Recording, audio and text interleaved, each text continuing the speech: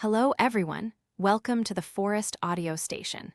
Have you ever wondered why some people always make wise decisions while others remain stuck in old patterns?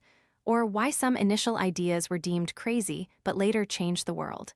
Today, we will explore a challenging yet incredibly interesting book, Reverse Thinking by Nguyen An Dung.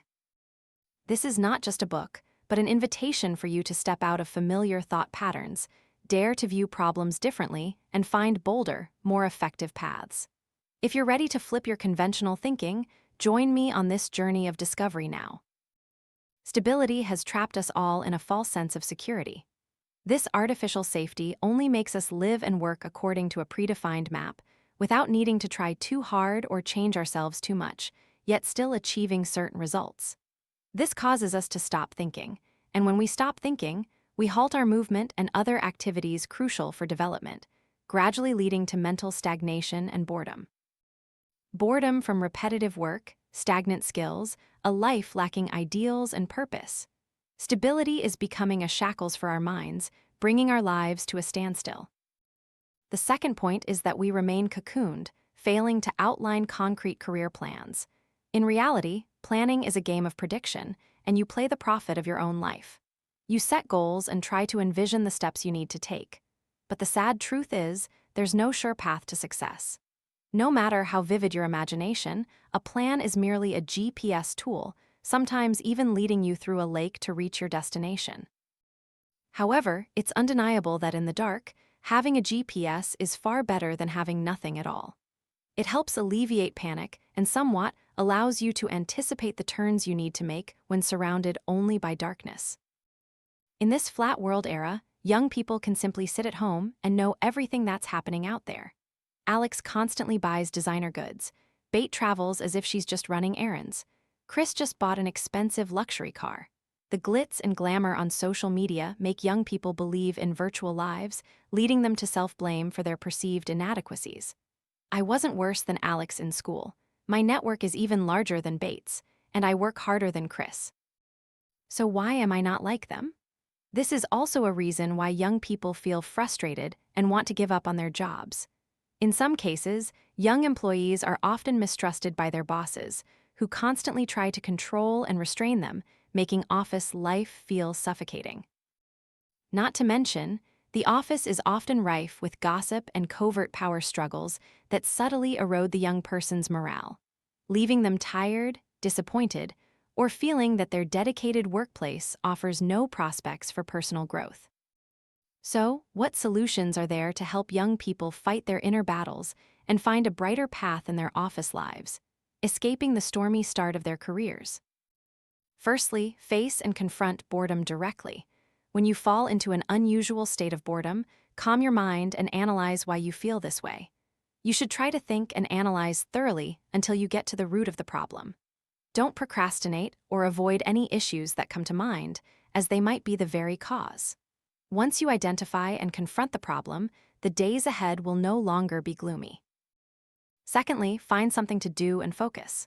When bored and despairing, you should engage in proactive activities, such as visiting a friend, taking a walk, cycling around the city, playing chess, or reading a book. Avoid watching television, it's not a positive action.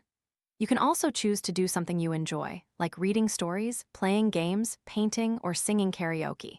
If you don't feel like doing anything in particular, just pick something and do it attentively. Afterwards, you will rediscover enjoyment.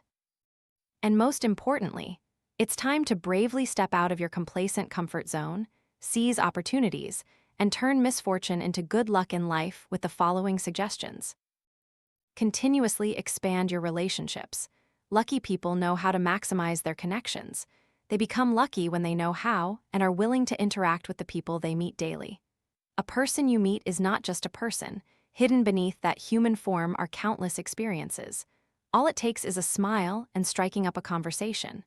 Openness and extroversion greatly help in attracting many more good things. Continuously embrace new experiences in life. Imagine this. Every day you go mushroom picking in a certain forest along a familiar path, but one day you can't find any mushrooms there anymore. You are forced to take new paths to other parts of the forest to find other delicious mushrooms. Similarly, expand your mindset, and embrace new perspectives to encounter new relationships and new opportunities. Lucky people believe in their dreams. Lucky people always believe in their own good fortune, because no matter what happens, unfortunate people think that if anything bad can happen, it will, while lucky people believe good things will always happen if they let them.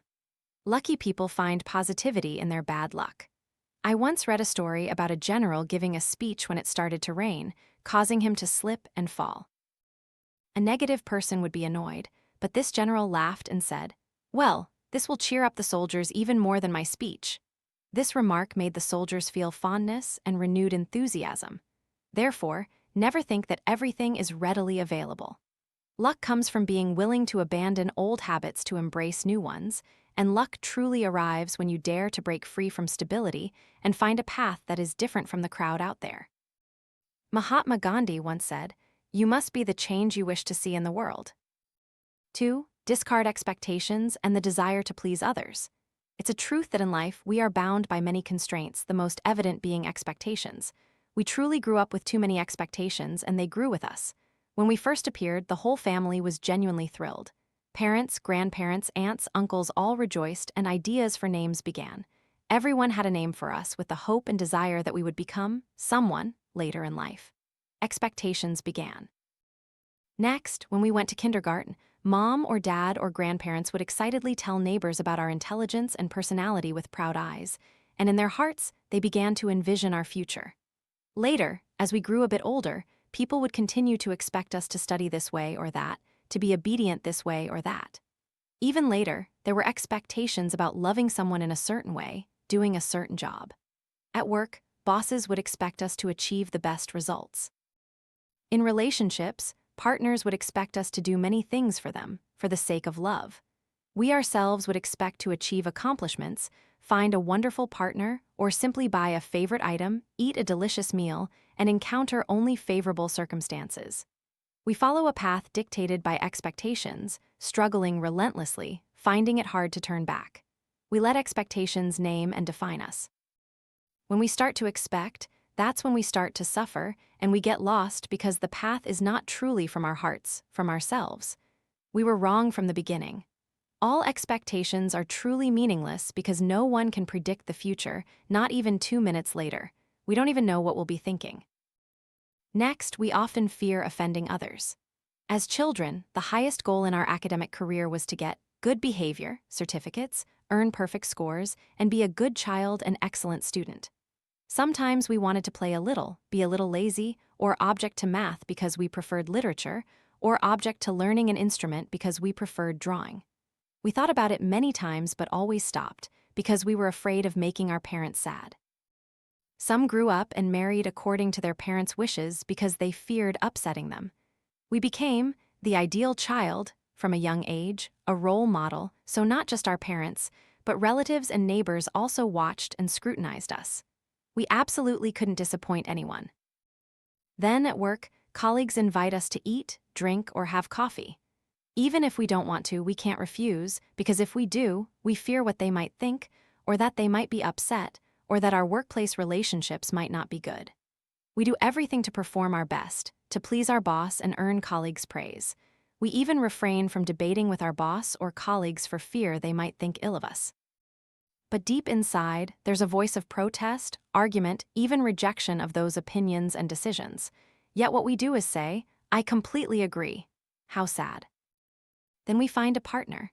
Congratulations, having a partner is the best thing in the world. We work hard, grow our hair long or cut it short, wear a blue striped shirt or a white dress.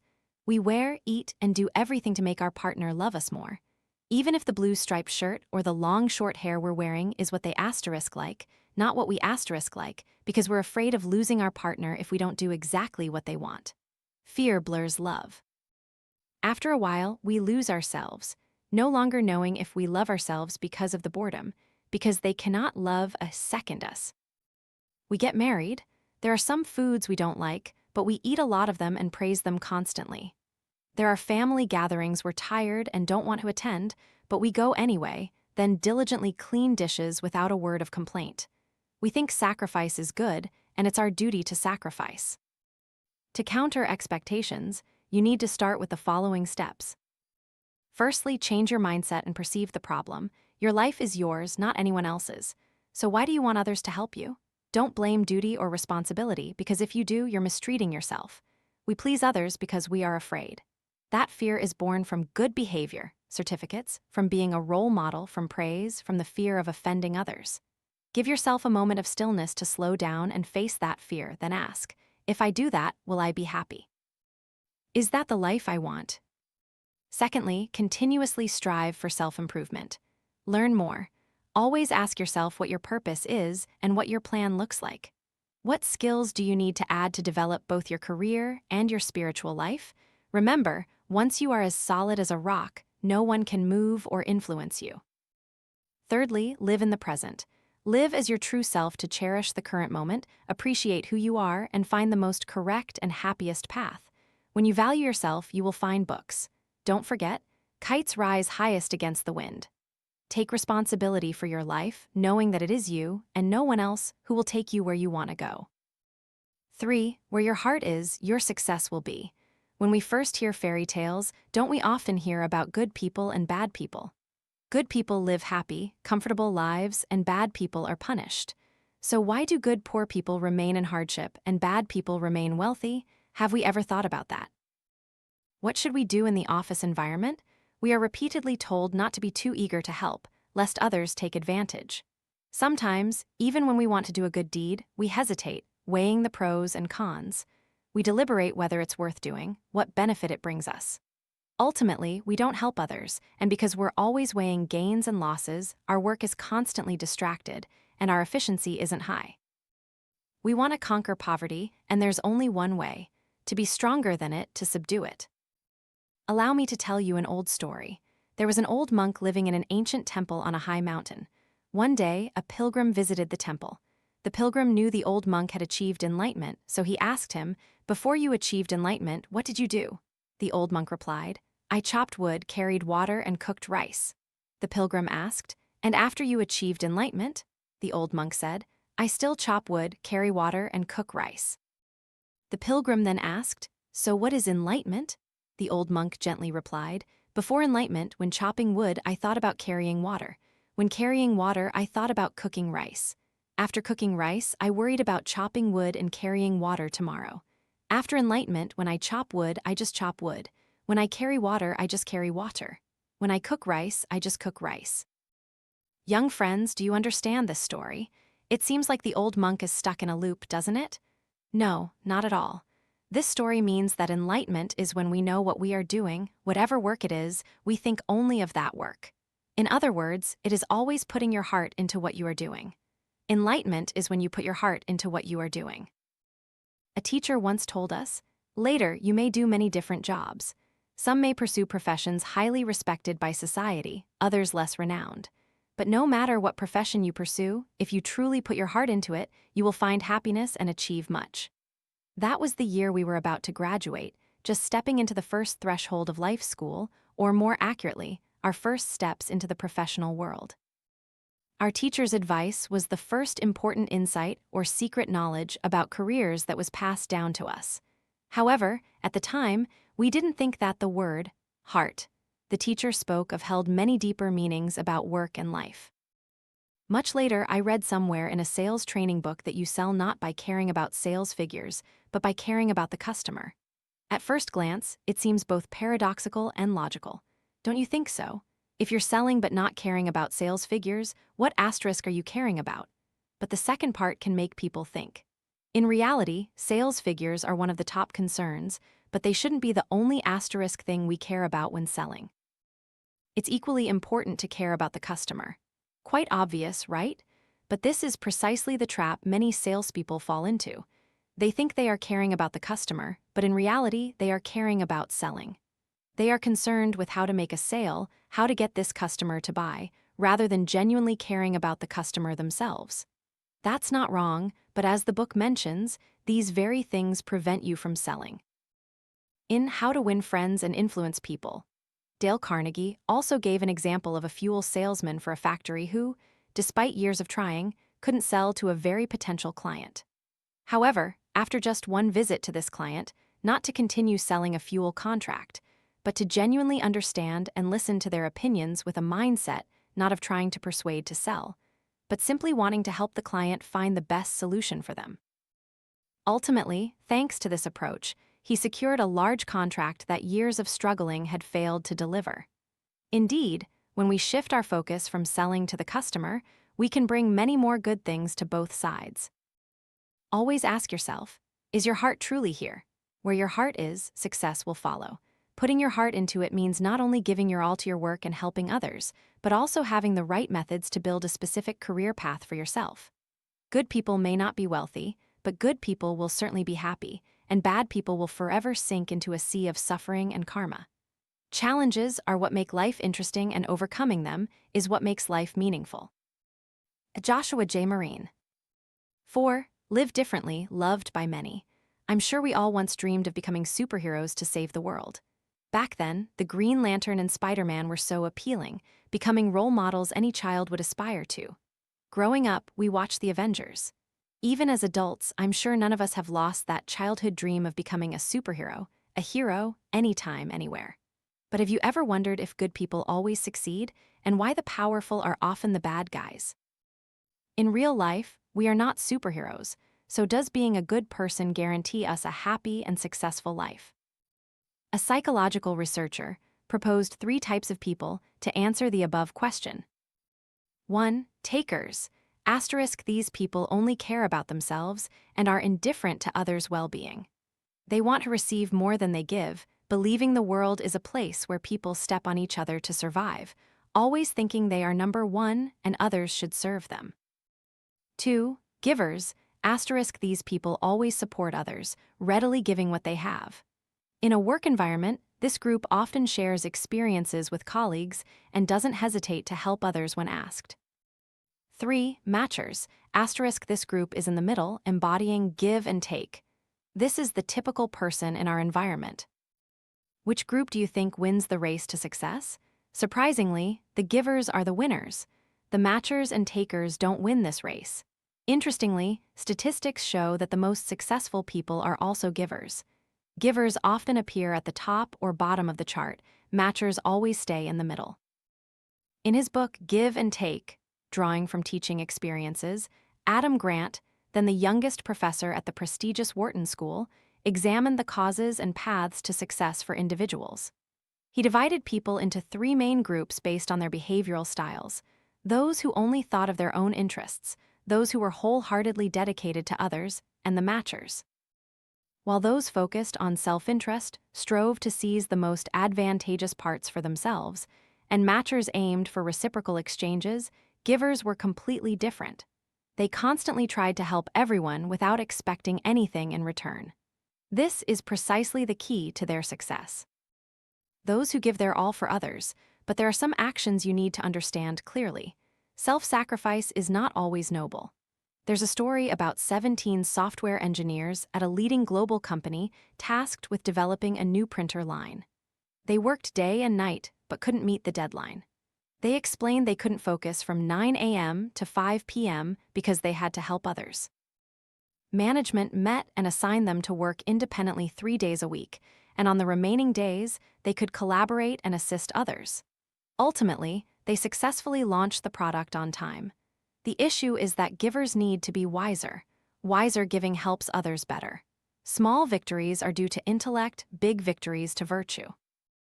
If you are a giver and want to be strong, you need to invest in yourself. Do you seize opportunities to advance your career? Do you pursue higher education? If you can appreciate who you are today but know you haven't reached your full potential, you can be sure this is due to self-love. Do you feel your emotions? Do you allow yourself to fully feel all the spectrum of your emotions? Happiness, fear, anger, guilt? Most people don't. They automatically categorize emotions as good or bad and do everything they can to avoid bad emotions. But if you have self-love, you let yourself feel everything at full capacity. You pursue your passions. Self-love requires you to put yourself first. If something speaks to you and you are brave enough to follow it, you prove that you have what it takes to actualize yourself. You choose to be happy. Bad things happen around us every day, but if you love yourself, you wake up each day and choose to see the positive. You find reasons to be grateful for all the wonderful things around you and strive to spread joy to others. You treat yourself well. We are always quick to treat our loved ones to something special. This reiterates the idea that it's important to love your neighbor as yourself. Do you reward yourself? Do you occasionally flirt with yourself? Rewarding yourself for being you means that deep down, you see how truly important you are. There's a big difference between someone who recognizes their importance when they say, "I love me," and actually does it, and someone who doesn't take the time to do so. Loving yourself is profoundly important because it leads to a more confident and fulfilling life. If you find these signs missing in your life, to succeed, your desire for success must be greater than your fear of failure. Bill Cosby. Overcoming your inner fear. What did you fear most in school? When I was in school, I feared being called upon to answer questions the most. Even if I had studied or understood the lesson, if I was called on unexpectedly, I'd completely forget the answer. But I didn't realize that fear made me lose the opportunity to learn confident communication right there in school. I'm certain that fear has also made you miss many opportunities in this life. Dale Carnegie, the author of How to Win Friends and Influence People, who didn't attend university, tried to find his true path in life through various professions, from farming to teaching, from sales clerk to journalist, actor, and even a novelist, but fate never smiled upon him in any field. His first marriage failed, followed by a protracted divorce. Dale was almost bankrupt after the 1929 stock market crash. On one hand, these successive failures pushed Dale Carnegie into a state of mental exhaustion, and he even contemplated suicide due to the deadlock. But on the other hand, it spurred Dale Carnegie to seek answers to the question, what is the secret to success, and what must one do to become successful? Dale Carnegie realized that the key to success is self-confidence. For many consecutive years, Dale Carnegie dedicated himself to studying this issue until the fruits of his labor were manifested in his classic book, How to Win Friends and Influence People, which offers guidance on interacting with people to achieve success in life. While searching for answers to his questions, Dale Carnegie thoroughly read the biographies of famous individuals worthy of respect. His books always quoted Abraham Lincoln, the 16th President of the United States, also known as the Great Emancipator who ended slavery in the nation, and Benjamin Franklin, one of America's founding fathers, a politician, and many other renowned historical figures. After publishing How to Win Friends and Influence People, Dale Carnegie confessed, "It's only now that I understand healthy people never write books about how to restore health. Only those who are ill and desperately wish to recover are passionate about this subject." Similarly, a person with natural diplomatic talent who knows how to behave would never write about the secrets of making friends and influencing others. I wrote this book because I myself made countless mistakes, and now I want to share it to benefit others and myself. This book is considered the best-selling book of the century. Meet Dale Carnegie, Conquering Fear. Dale Carnegie was born into a farming family in Missouri, USA. As a boy, Dale was shy. Whenever he stood before a girl, Dale felt ashamed and pained by his appearance. "I always feared that if I simply took off my hat to greet a girl, she would laugh at me," Dale Carnegie wrote in another of his best-selling books, How to Stop Worrying and Start Living. A major turning point in the timid young man's life was a meeting with a member of the adult education movement. Dale noticed that teachers who could speak eloquently had the ability to captivate hundreds of people, and Dale decided to teach himself this art by giving hours of presentations to an audience of his cat, or even in a dark, empty storage room. Next, Dale participated in debating and public speaking competitions in high school, and gradually, Dale became confident enough to debate almost any topic before a crowd. Experience taught Dale Carnegie that the only way to conquer fear is to face it directly and not dwell on past failures. Dale Carnegie began his new path by trying his hand in the brokerage industry. He sold everything imaginable, from supplementary courses to smoked pork fat. Dale Carnegie noticed that if a salesman quickly found common ground with a customer, selling goods became much easier. Therefore, one needed the ability to interact, negotiate, and persuade others. But for customers or partners to trust you, you yourself must exude absolute self-confidence. This is why the key to success is self-confidence. 6. Live differently from the crowd. According to Wikipedia, Crowd psychology is a branch of social psychology that studies the psychology and behavior of normal individuals in collective activities. Social psychologists have developed several theories to explain how the psychology of a crowd differs from and interacts with the psychology of individuals within it. Key theorists in crowd psychology include Gustave Le Bon, Gabriel Tarde, Sigmund Freud, and Steve Riker. This field examines the behaviors and thought processes of individual crowd members and the crowd as a moving entity. Crowd behavior is heavily influenced by the loss of individual responsibility and the impression of behavioral universality, both of which increase with crowd size. According to Gustave Le Bon in The Crowd, a study of the popular mind, crowds are always influenced by the unconscious. They behave like primitives, unreasoning, unable to think or deduce, but only to perceive through images and associations of ideas. They are fickle, erratic, and move from states of enthusiastic frenzy to bewildered stupor, and due to their constitution, these crowds need a leader, someone who can guide them and give meaning to their instincts. The bandwagon effect can be understood as human thoughts or behaviors being frequently influenced by others. People often follow what the crowd considers good, right, and wise, without personally reflecting on the meaning of the matter. The bandwagon syndrome probably emerged when humans began living in communities. In the past, this syndrome occurred naturally, but in today's era, it can be engineered by people themselves. Currently, however, the bandwagon effect is considered an important weapon used in all fields to achieve desired goals. The influence of this phenomenon can be seen everywhere, in all fields, at all times in daily life. Most clearly in Vietnam, one can cite the stock market boom in 2007, the price collapse phenomenon in agricultural business, or the real estate bubble in recent years. In the student community, crowd psychology is also quite common, from study habits to recreational activities. This is where terms like trend come from the Korean fashion trend to the selfie trend. Even studying becomes a trend. It can be said that the bandwagon effect is a fairly common psychological state at all ages, especially in developing countries like Vietnam today. In the market activities of many businesses, the bandwagon effect is a frequent phenomenon because without grasping the timing, it is very difficult to make reasonable predictions about the certainty or uncertainty of the future market. Therefore, they often assume that observing the behavior of people around them to filter information, because this stream of information is continuously transmitted, and the information everyone grasps is basically the same, leading to A behavior, following the crowd.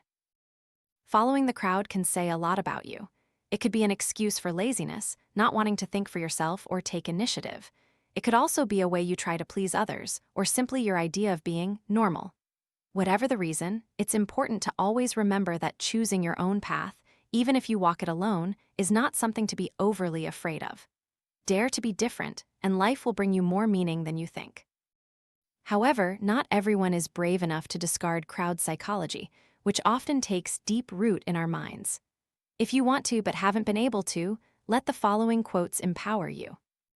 The man who follows the crowd will usually get no further than the crowd. The man who walks alone is likely to find himself in places no one has ever been. Alan Ashley Pitt. It's better to be a lion for a day than a sheep all your life. The greatest fear in the world is the opinion of others, and the moment you are unafraid of the crowd, you are no longer a sheep, you become a lion. A great roar arises in your heart, the roar of freedom. When surrounded by all people, you can even feel alone. You can be in a huge crowd, but if you don't like or can't trust anyone you like, you're really alone. Fiona Apple. Those who follow the crowd usually get lost in it. Rick Warren. One of the greatest regrets in life is what others want to be, not yourself. Shannon L. Alder. Live differently, but not perversely. Being different is not bad, but forcing yourself to be different to the point of becoming perverse is absolutely not advisable. To break free from the crowd and achieve success, you need to clearly understand the true meaning of a unique self and avoid falling into eccentric situations. Understand yourself to become positively different.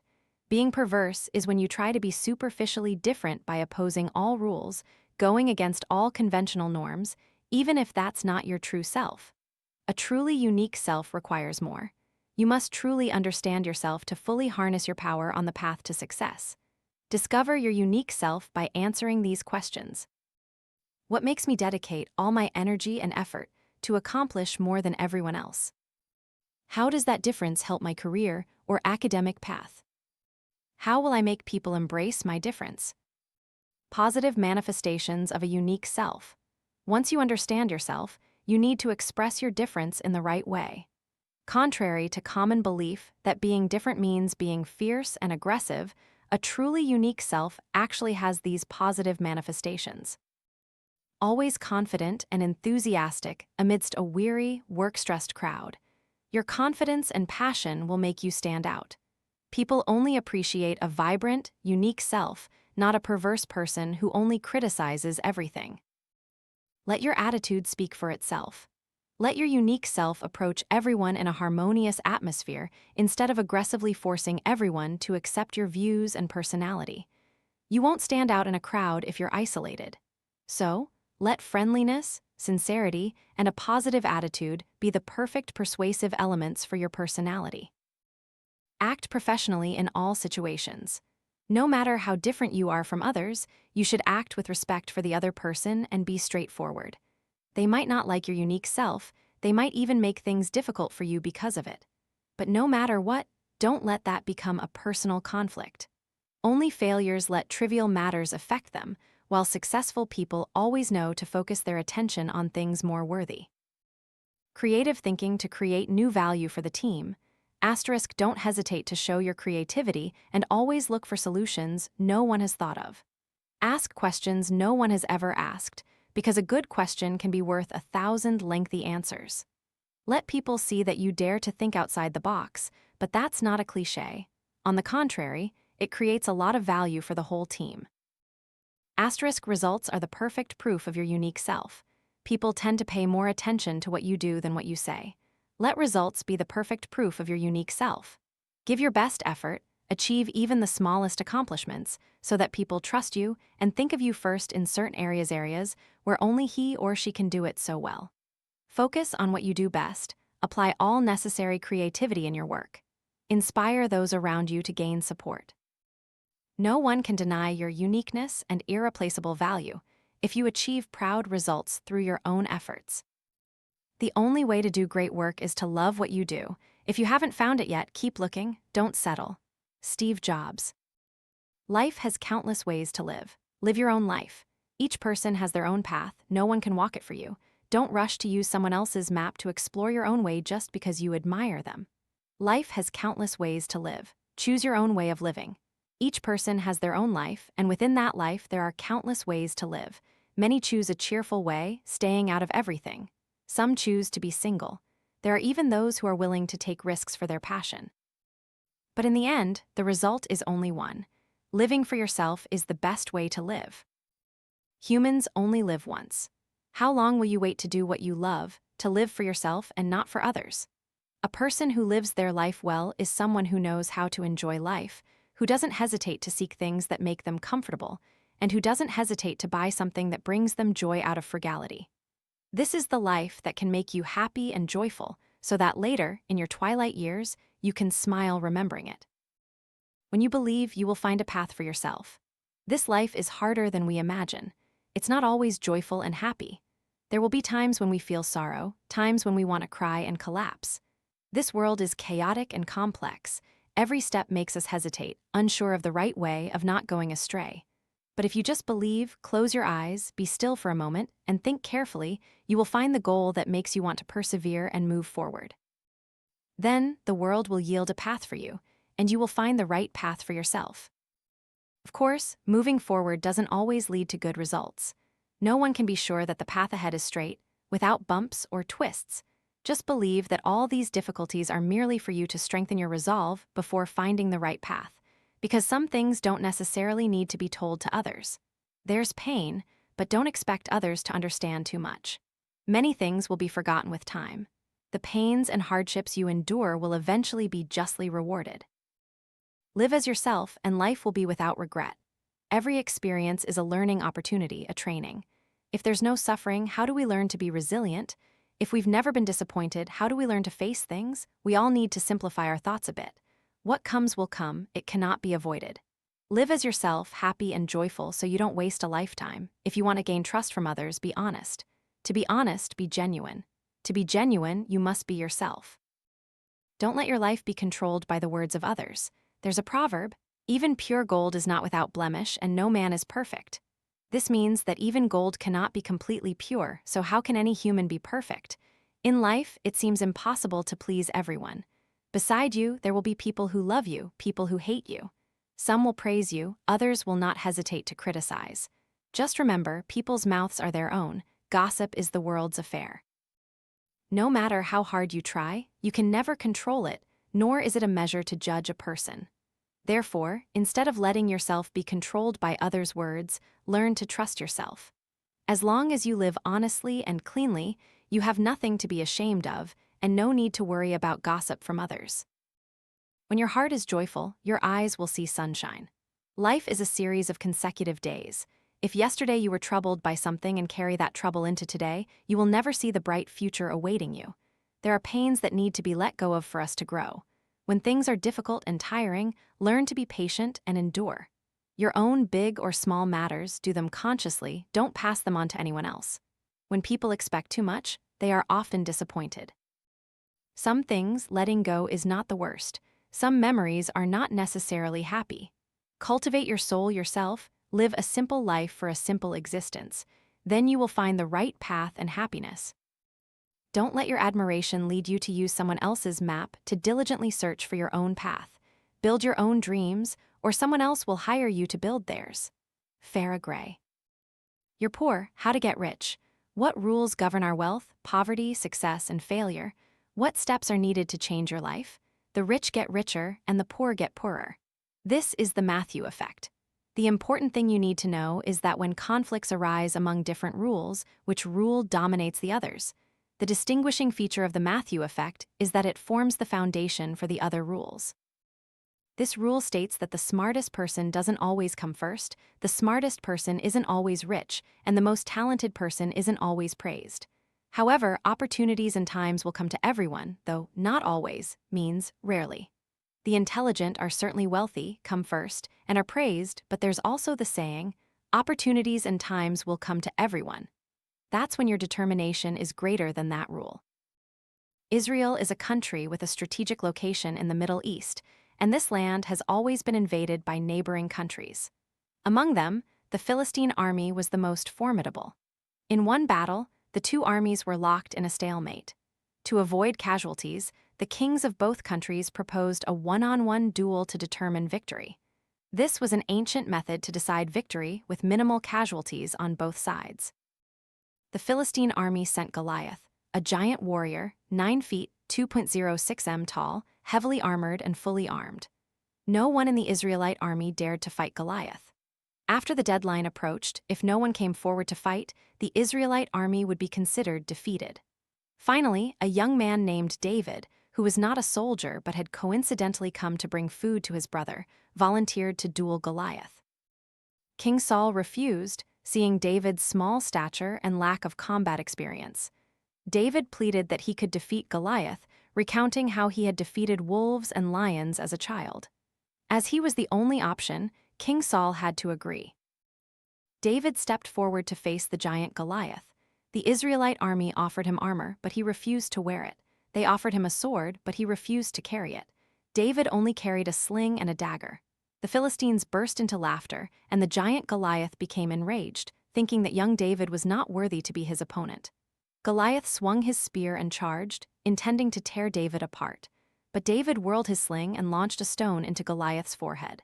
Goliath collapsed. David flew over and cut off the giant's head. The Philistine army scattered in disarray. The young man David later inherited the throne from King Saul and became King David. In the story above, David probably represents humble individuals with few weapons, underestimated by the army, and Goliath represents the powerful and wealthy. So how can the poor become stronger? The answer: learn from young David. In other words, don't play the game of the big players. Choose your own game. First, you need to accumulate knowledge. Self-study is king. Second, you need to save and accumulate wealth. Third, you need to communicate effectively. When you convey your words most effectively, you'll have more opportunities. Fourth, build winning habits. Fifth, find a mentor. Sixth, start a business. Seventh, don't be discouraged by failure. A successful person is someone who can endure failure before success. Happiness doesn't mean everything is perfect. It means you've decided to look beyond the imperfections. Anonymous. Part 2. Live the life you want. Have you found the formula for success?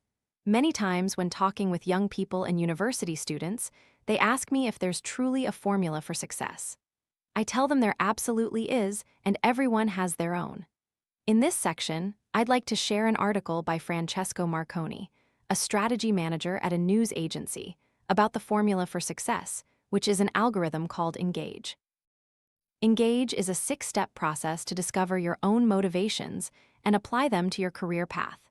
Many people feel their careers aren't progressing because they only consider strategic thinking, such as recognizing their core values and purpose, as a soft skill, not truly prioritizing it. However, this way of thinking is precisely what helps successful entrepreneurs build their empires. You might still advance in your career without this formula, but eventually, you'll reach a point where you can't go further. Let's see how Engage changes your perspective. Explore the true meaning of life. A few years ago, Harvard psychologist Ellen Langer and a research team conducted an interesting experiment. They divided participants into 2 groups to test a simulated cockpit experience. One group with a real simulator, Group 1, and one with a broken one, Group 2. Group 1 was asked to imagine themselves as pilots, even wearing military jackets to enhance the experience, while Group 2 just entered a broken room with nothing special. Throughout the experiment, both groups underwent a vision test secretly embedded as part of the cockpit simulation requirements. Langer's research team found that those who flew in the simulated cockpit performed better on the vision test. Langer suggested that pretending to be someone, such as a pilot, could be motivating, leading these individuals to see better. After this and other studies, Langer concluded that the power of will is essentially a way of thinking, a mindset. What would happen if we saw ourselves as creative, confident individuals? In my own case, I see myself as a highly decisive person. That's why I wrote that phrase on a piece of paper and taped it to my office desk and a visible spot at home. Seeing my life's motto every day also helps me make decisions more quickly, even unconsciously. Think about what's important to you in life. We often easily forget our self-worth, the things that define and drive us into the future. If what you do lacks those values at that stage, we will be led astray by blind beliefs and unproductive habits, lacking creativity and an environment for growth. In reality, you are the unknown in this formula, and if you change your mindset, your life will change accordingly. Envision and narrow your goals. If changing your mindset can lead to astonishing results, so can goal setting. In 1961, when U.S. President John F. Kennedy announced that America would put a man on the moon by the end of the decade, many considered it absurd. Yet, without his ambitious goal, Neil Armstrong might not have walked on the moon just 8 years later. Growing up in Europe, I always dreamed of living and working in New York. So, at 18, I went to an IKEA store and bought a picture of New York skyscrapers, hanging it on my wall. This was my way of visualizing my dream to ingrain it in my mind every morning when I woke up. Numerous studies have shown that goal setting itself is a mini algorithm for success. In 2010, researchers from McGill University investigated whether a goal-setting program could have positive effects on students struggling with their studies. After 4 months of being asked to set specific goals for themselves, the students participating in the program improved their academic performance by 30% compared to the non-participating group. Therefore, set goals whenever possible. Set clear, defined goals and write them down. Are your goals simple, specific, measurable, achievable, realistic, and time-bound? Another important thing is to also define what you won't do. Learn to say no. One way to achieve these goals is to be selective about what you engage in. Generate a plan. There will usually be one or more people standing between you and your goals. It could be your boss, your investor, and you need a plan that includes those people, but their involvement benefits you. But how do you do it? It's quite simple. According to Professor Lauren Rivera of the Kellogg School of Management, managers tend to hire candidates they believe could become their friends. The recruitment process is often not just about finding candidates with sufficient skills for the job, but also finding people who fit the company culture. In other words, people often trust those they see as similar to themselves. I started running when my boss challenged me to a marathon. As a result, I not only enjoyed the benefits of exercise, but also had a great topic for small talk at the office. By creating common ground with others, you can demonstrate your relationships with others at a much closer level. The good news is if the person who can help you achieve your goals is someone you already know, then research their habits and interests that you share with them. What do you learn from them? Successful people always know how to assimilate their surroundings in the way they desire. Spend time with the people you want to meet or who can help you achieve your goals. Anticipate obstacles. Once you've decided on your goals, start working towards them, but any endeavor will have certain obstacles. At 20, Benjamin Franklin designed his own plan aimed at achieving a perfect moral character. This plan included meditation, temperance, and abstinence. In his autobiography, Franklin explained that this disciplined path led him to political success. However, he also realized that the plan was flexible enough to allow him to adapt and respond to unforeseen obstacles. That's why I designed a simple mechanism to help me recover every time I felt stressed. I would drink 2 glasses of water and think about something that made me feel comfortable. The water might not taste great, but associating it with a sense of relaxation helped me overcome quite a few annoyances. To execute this step, break your goal down into smaller steps. For example, if you want a promotion, divide it into 2 smaller steps. 1, complete an important project, and 2, acquire more clients. Consider potential problems like missing deadlines or only finding 1 or 2 clients, and remember that even if those things happen, you still have many solutions to fix them. Nurture persistence. Most people considered experts in their field have to go through at least 10,000 hours of practice before achieving resounding success. The Beatles spent thousands of hours performing as an unknown band in bars across Europe. Pursuing your dream is a difficult journey and requires perseverance. So, how do you avoid getting tired and bored?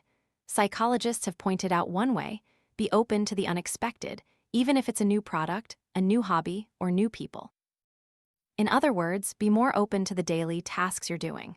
Take a little risk to find things that can stimulate you, and most importantly, maintain persistence to achieve your dream. Whenever you want to give up on something, change what you usually do a little.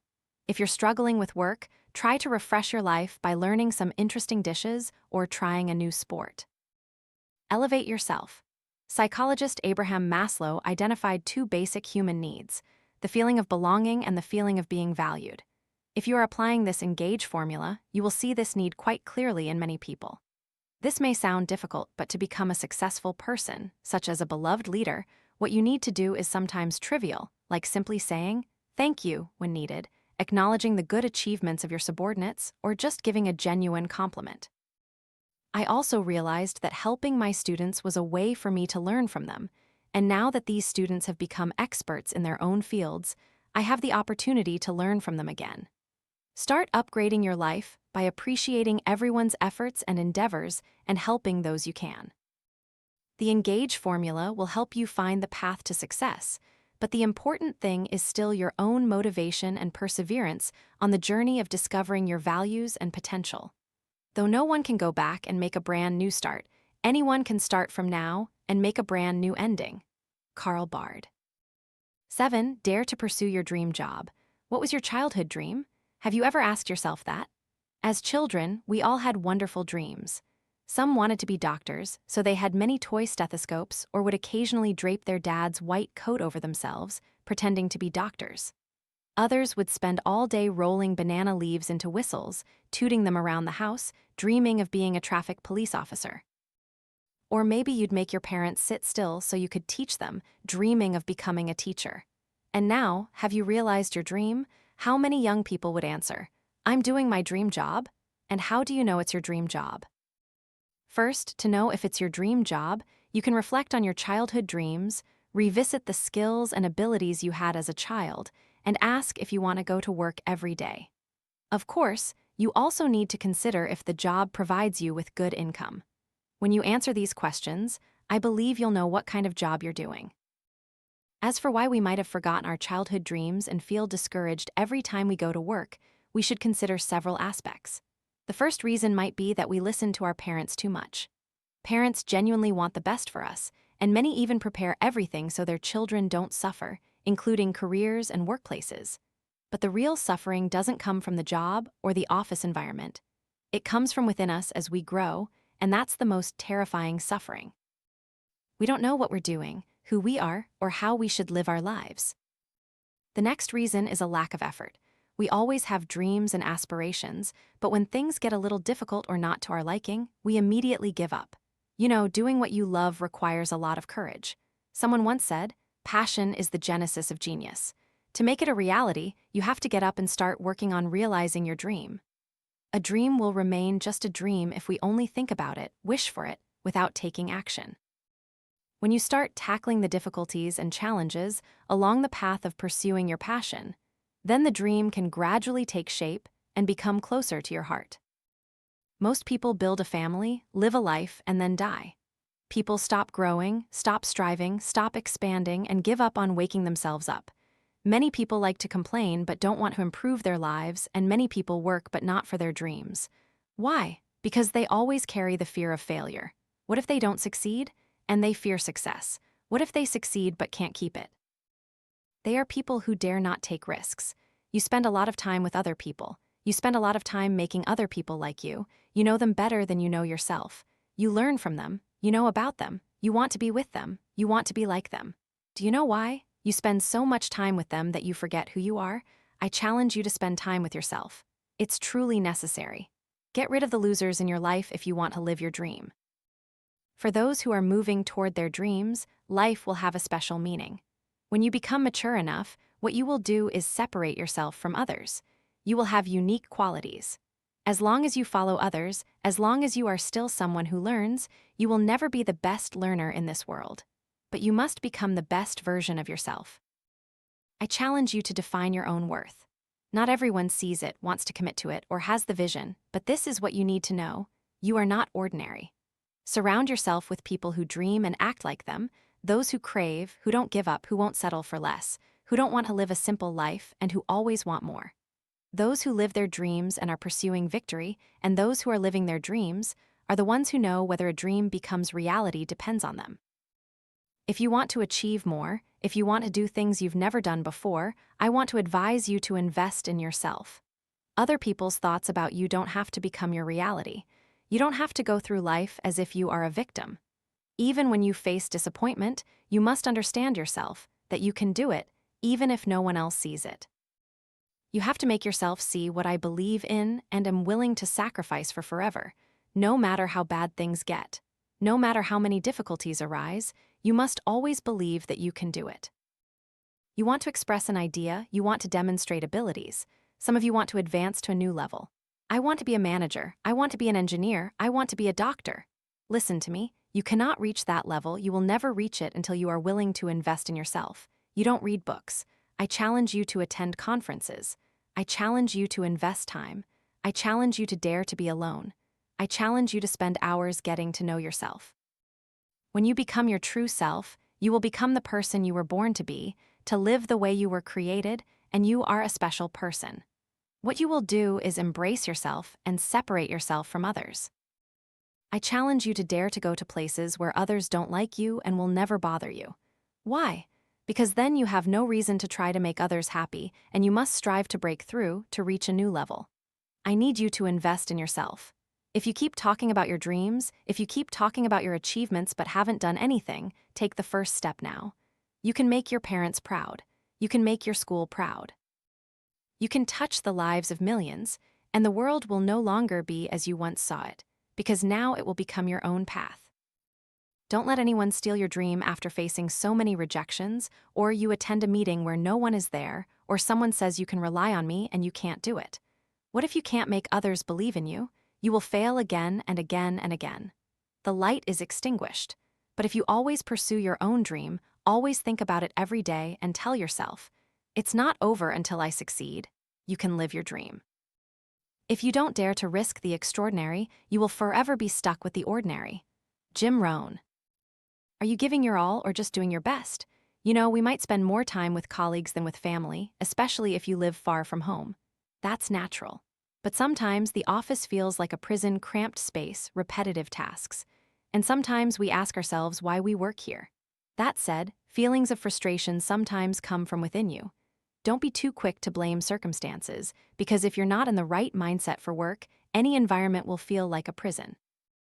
Ask yourself, are you giving your all or just doing your best? There's a story that one day, during a hunting trip, a hunter took his hound with him. The hunter shot a rabbit in the hind leg with an arrow. The wounded rabbit still risked its life to flee. The hound, following its master's command, chased after the rabbit. But no matter how long it chased, the rabbit disappeared. The hound grudgingly returned to its master. The hunter began to scold the dog. "You're useless. You couldn't even catch a wounded rabbit." The dog, feeling unfairly treated, replied, "I tried my best." Then the wounded rabbit, upon returning to its burrow, was met with surprise from its companions. They asked, "Little rabbit, that dog looked very fierce and you were wounded. How did you escape?" The rabbit replied, "That dog was simply doing its best, but I was giving my all. If it didn't catch me, at most it would just get a scolding, but if I didn't escape, I would lose my life." Humans inherently have great potential, but we constantly make excuses to ourselves or others, saying, "Well, at least I tried my best." Giving your all and doing your best are two entirely different concepts. If doing your best simply means passively exerting your best effort, then giving your all means not only investing your abilities but also your spirit and your heart, actively moving forward. Reality shows that to survive in a fiercely competitive society where danger lurks everywhere, simply doing your best will never be enough. You should frequently ask yourself whether you want to be a rabbit that tries its best or a rabbit that gives its all with its full strength. What do you do during your 8 hours at the office? Do you arrive at work, open your computer, browse around until 9 a.m., then get up to make a cup of coffee, chat with colleagues until 10 a.m., and only then start working? Do you then sit and think about what to eat for lunch, and suddenly it's past 11 a.m.? And in the afternoon, the same cycle repeats, only to rush to meet deadlines late in the day. Does this sound familiar? Is your heart truly here? New employees, and even those who have worked for 2 or 3 years, are often asked why they chose this job. If they chose this job, why are they here but their heart isn't? Often, newcomers easily spot existing problems in a company, because as outsiders, they tend to be more objective. The question is, will you just stand by, complaining, blaming, and ridiculing, or will you use your heart to understand and actively work to improve the shortcomings and gaps that exist? We believe the first thing you need to do is put your heart into your work. Secondly, treat your workplace as your second home and your colleagues as family. You can creatively adjust your workspace to be more friendly and comfortable, fostering inspiration for work and creating a joyful, creative atmosphere. Wanderlust. Even when you're stuck at home with a busy work schedule filled with back-to-back meetings and an endless to-do list, a getaway to your favorite beach or city might feel a bit out of reach. So why not indulge your wanderlust with some fun desk decor?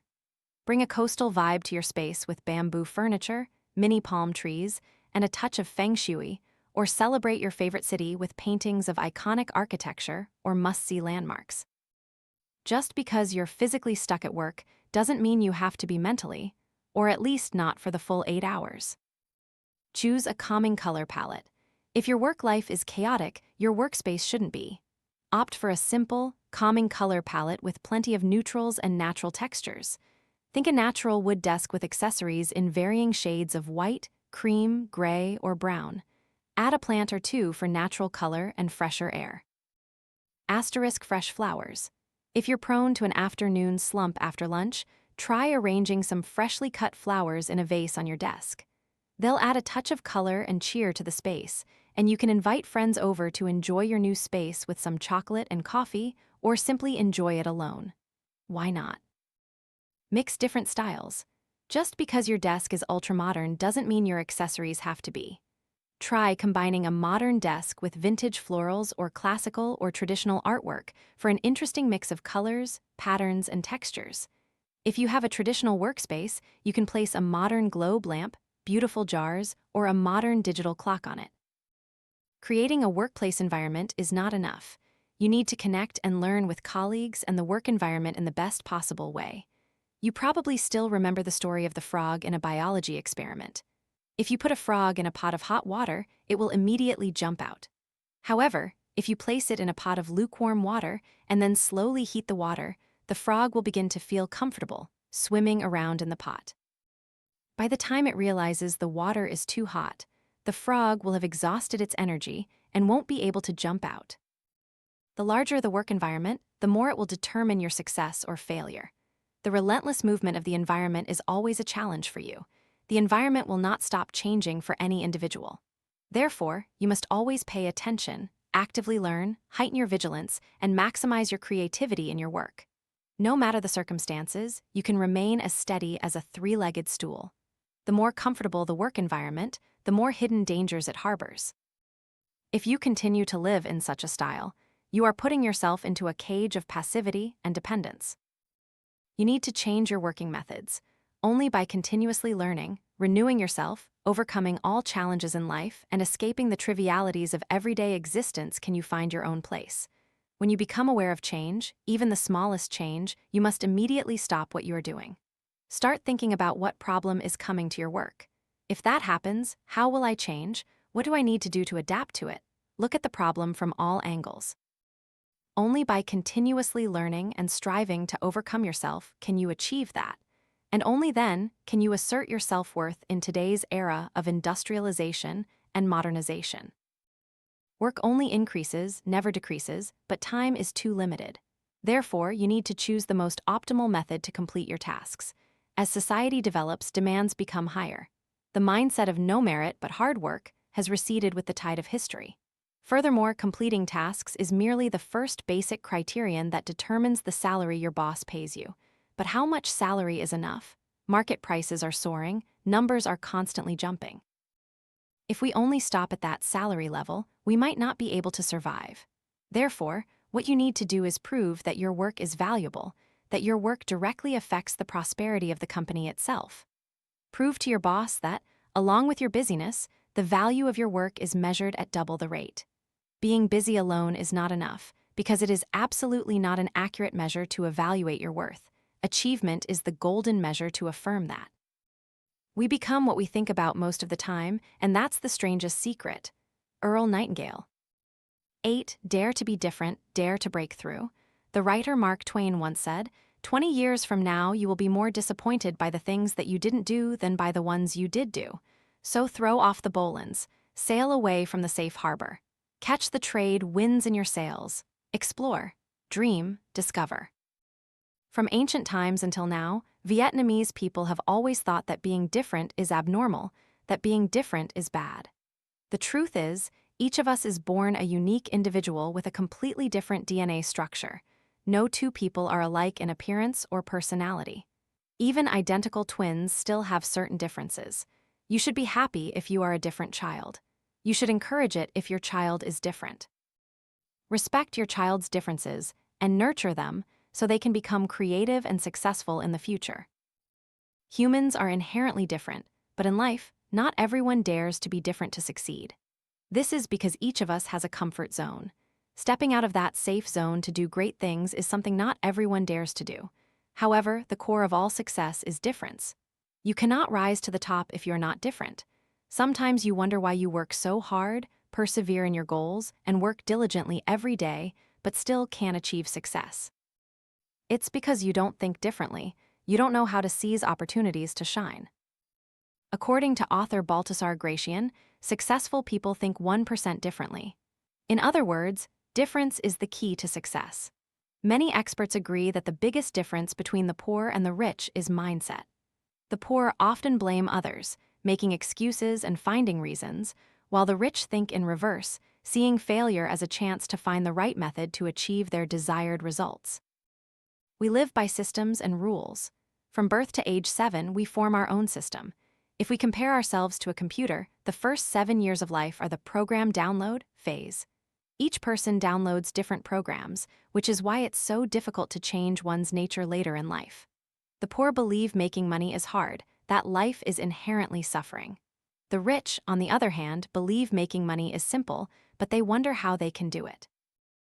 In reality, some poor people have a rich mindset, allowing them to advance, while some rich people have a poor mindset, causing them to gradually lose their wealth. So, how do rich and poor mindsets differ? Making money and saving, the poor often save, while the rich prefer to make money. The poor reduce their quality of life to save more money, while the rich like to spend money to improve their quality of life, creating motivation to continue earning.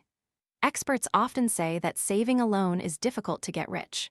Therefore, don't just focus on saving, spend time making money. Paid and free, the rich are happy to pay, while the poor prefer what's free. The rich don't spend extravagantly, they invest money to cultivate knowledge and enhance their capabilities. Meanwhile, free resources are often limited or used by too many people. Sharing, the rich are happy to share, the poor prefer to monopolize. Sharing means equal benefits but also comes with responsibilities. Monopolizing, on the other hand, often means a unilateral, solitary struggle. Stable growth versus overnight success, the rich await stable growth, while the poor hope for overnight success. The rich always expect stability, but stability here doesn't mean stagnation, it means growth. Meanwhile, the poor often dream of getting rich overnight, with money suddenly falling from the sky. Most of us want to be wealthy, but sudden wealth often disappears quickly. In contrast, if wealth is built through accumulation and effort, it remains stable and long-lasting. Risk and safety. Self-made millionaires and billionaires often embrace risk because they know that sometimes daring brings rare opportunities. Furthermore, taking risks means fewer competitors and a higher chance of success. Conversely, safety means small benefits, many competitors, and a weaker bargaining position.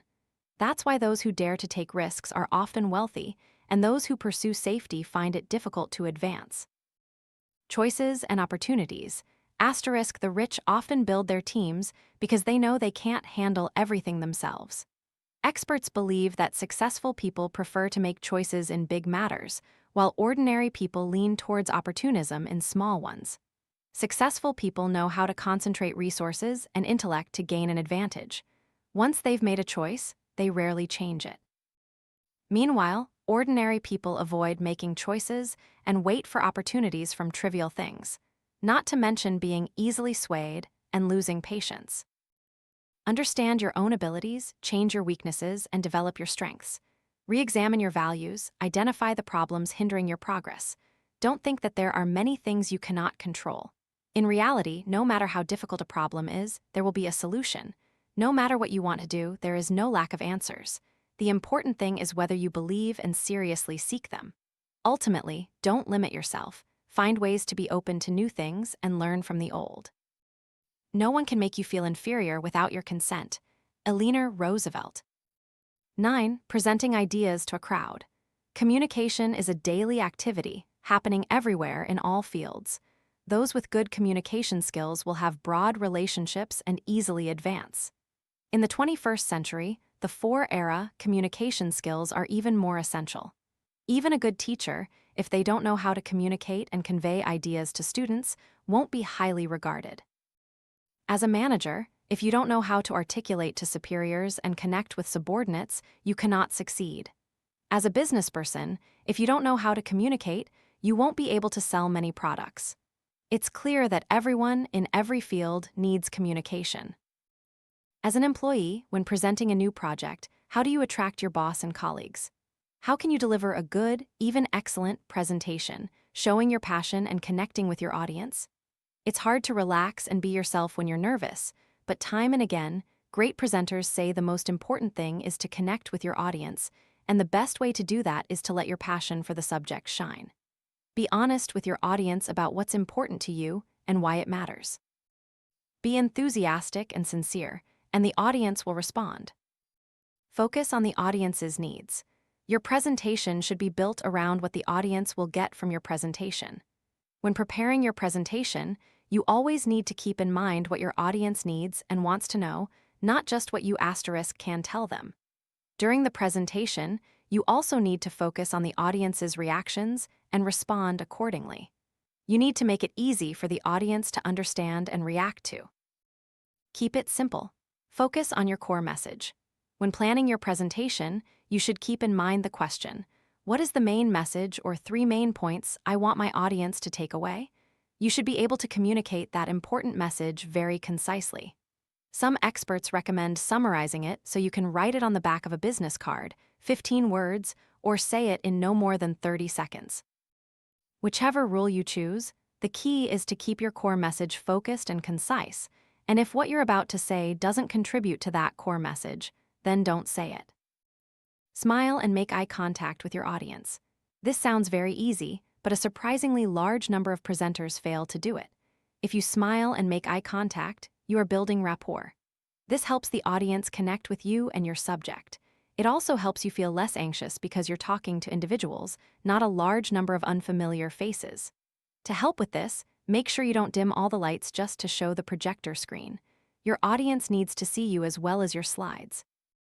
Start strong. The beginning of your presentation is very important. You need to grab your audience's attention and keep it. They'll give you a few minutes to entertain them before they start tuning out if you're boring. So don't waste that explaining who you are. Start by entertaining them. Try a story, see tip below, or an attention-grabbing but useful image on a slide. Remember the 10-20-30 rule for slides. This is a tip from Guy Kawasaki of Apple. He suggests that a slideshow should contain no more than 10 slides, last no more than 20 minutes, and use a font size no smaller than 30 points.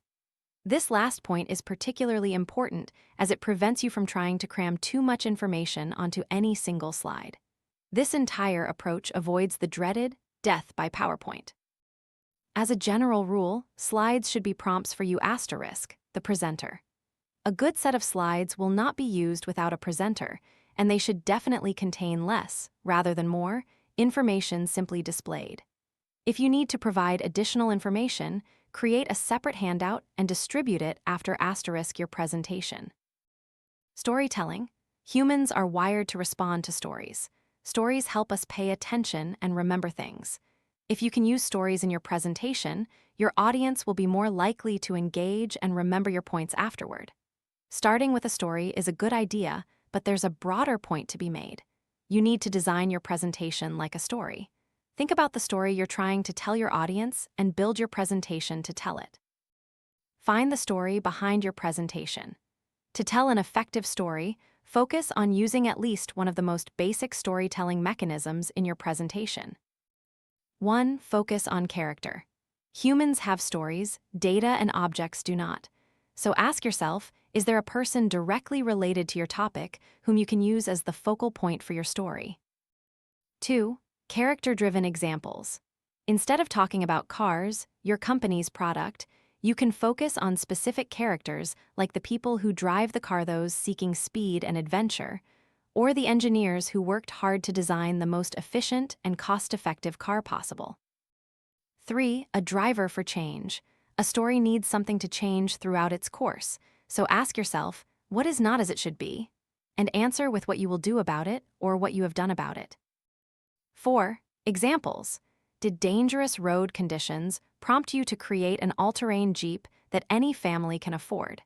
Did a complex and confusing food labeling system lead you to establish a color-coded nutritional index so everyone can easily understand it? Use your voice effectively. Spoken words are actually a fairly ineffective means of communication because they only utilize one of the audience's 5 senses. That's why presenters also tend to use visual aids. But you can further improve spoken words by using your voice effectively. Varying your speaking speed and emphasizing changes in pitch and tone help make your voice more interesting and engage your audience's attention. Use your body. It's estimated that 55% of communication is nonverbal. This means that, like your voice, your body language is also very important in conveying your message. Make sure you are sending the right signals. Body language to avoid includes crossing your arms, putting your hands behind your back or in your pockets, and pacing back and forth on stage. Make your gestures open and confident, and move naturally around the stage and among the audience if possible. Relax, breathe, and enjoy. If you find it difficult to present, you won't be able to be calm and relaxed enough to do it. One option is to start by focusing on your breath. Slow down and make sure you're breathing fully. Make sure you also continue to pause to breathe during your presentation. If you can relax yourself, you will almost certainly present better. If you can truly start to enjoy yourself, your audience will respond to that and engage better. Your presentations will improve exponentially, and so will your confidence. It's well worth trying because confidence is the key that unlocks the door to your success. I do not want to get to the end of my life and find that I have just lived the length of it.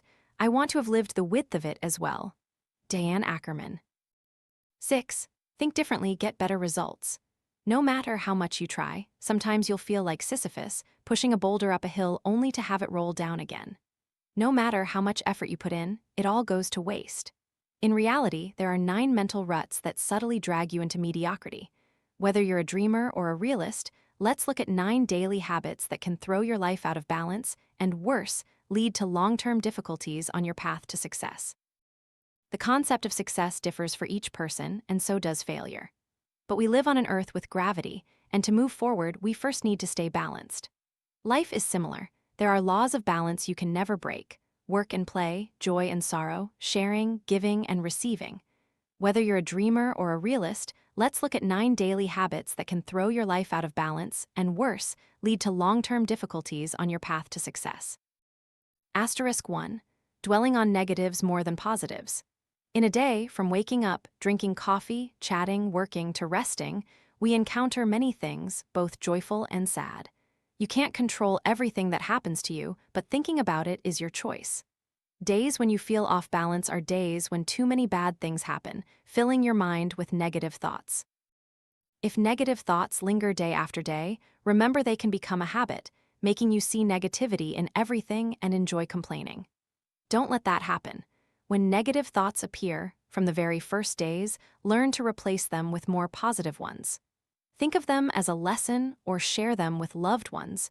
You'll regain the necessary balance for your day. Asterisk 2. Dreaming more than acting. Asterisk dreaming helps you be more creative. Fanciful thinking can help you live more optimistically. But choosing to live more in dreams than in reality will throw your life's direction out of balance. Get hands-on with your work. Fulfill all the responsibilities connected to your current life. Then, no matter how much you dream, the world around you will pull you back and help you set more realistic future goals. Asterisk 3. Not daring to ask for help.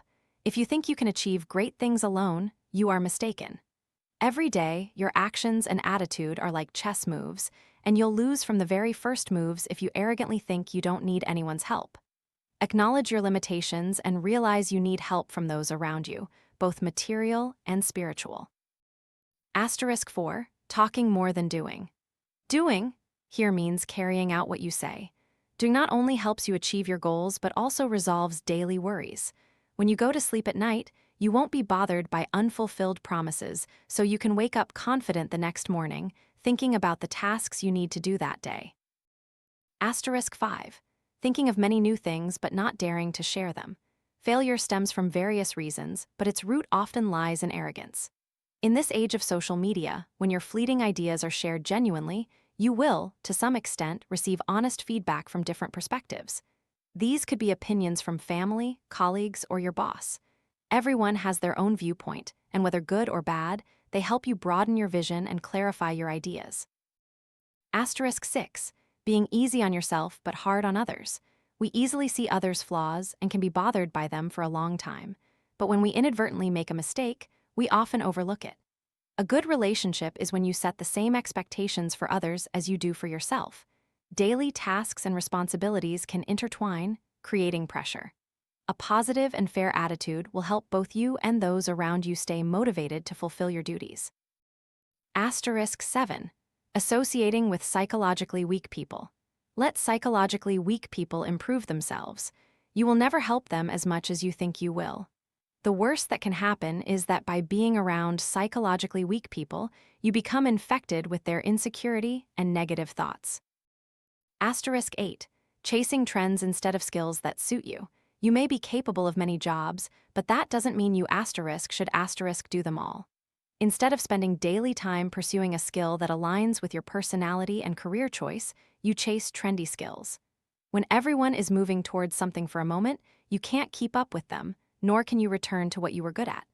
It takes a very long time to find yourself again. *9. Hesitating between success and failure when facing risks. One approach is to think you will succeed, or if not, you've already failed, but you still keep trying. That's the most balanced mindset when facing a risky situation, like investing in a private project, opening a coffee shop, or collecting a debt. If you're sure you'll win, think you've already won. If not, think you've already lost the money and still keep trying. Your day is very short. Be decisive about risky matters to save time. A bargaining conversation with a colleague, a girlfriend's answer to a date invitation, a deadline at the end of the day. No matter how small, practice a decisive mindset. When you face bigger goals, you will still have enough confidence to complete them perfectly. If you always do what you've always done, you'll always get what you've always got. 7. Continuously be kind, continuously learn. Your competence will help you complete tasks, but your way of communicating with people is a crucial factor for success and building deep relationships. And one of the golden keys to successful communication is kindness. How to be kind in the eyes of friends and those around you. Always respect others' current life and past. You might hear sideline information about a new colleague's work and life, but don't let that information overly influence your judgment, and certainly don't show prejudice towards them, because it doesn't truly affect you. Not to mention, by the time the story reaches you, it might have been distorted beyond recognition. Everyone has their own reasons for past decisions and actions. Remember that each of us is constantly changing and growing. Kindness is respecting others' personal matters. Instead of judging the past, walk with them in the present and look towards the future. Listen with interest, converse with sincerity, and act with integrity. When you listen to someone tell a story or present a viewpoint, open your heart to embrace those different perspectives. Only then can you truly understand and respect others' feelings, thoughts, and beliefs. When conversing, look directly into the other person's eyes, respond sincerely, and offer constructive opinions. This way, the other person will feel trusted and want to open up to you more. When you act, always be honest, always keep your commitments and promises. If you do well and achieve good results, thank the person who gave you the opportunity. If you make a mistake, take responsibility. Do not cause disturbance in the company, do not gossip behind backs, do not harm others. These ugly actions might bring immediate benefits, but afterwards you will become a fearful person in the eyes of those around you. People will shun you, and you'll lose your professional image. Treat everyone kindly. Ask yourself, don't you always prefer to work and connect with kind and positive people who make you feel comfortable? If the answer is yes, then proactively treat everyone with kindness. Your words and actions towards others are a mirror reflecting who you are. Learn humility, speak less, and listen more. When you behave respectfully towards everyone, you show that you are a kind and worthy person. Therefore, don't hesitate to help others when they are in difficulty, even those who often make you uncomfortable, not just close friends or those you regularly interact with. Remember, ripe rice stalks bow their heads, deep rivers flow silently. No matter how talented, successful, or powerful you are, you should not be arrogant and belittle others. This life is diverse. Everyone has their strengths and their own path to success. Your job is to observe and learn good things from others to continuously improve yourself, rather than trying to show off your superiority.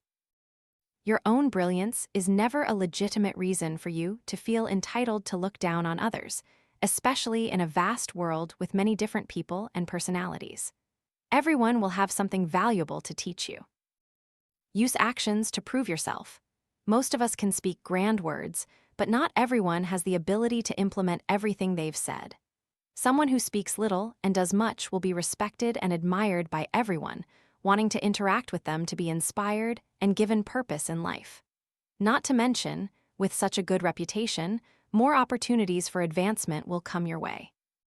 Therefore, every morning when you wake up, when you stand in front of the mirror preparing your work attire, remind yourself to be a shining example for those around you, especially children. Turn plans on paper into reality instead of wasting hours chatting over coffee. Always remember and be grateful to everyone. Every person we meet in life plays a certain role in our lives. Some help you grow, some hurt you or lead to failure, some inspire you. Regardless of their role, they contribute to your journey of self-improvement. Therefore, appreciate and be grateful for all of it. This means you also play a certain role in other people's lives. So, play the protagonist, do your job well, help those in need, inspire positive action, and live harmoniously with those around you. Additionally, you can read more books on human relations to acquire soft skills that help you understand and win people over.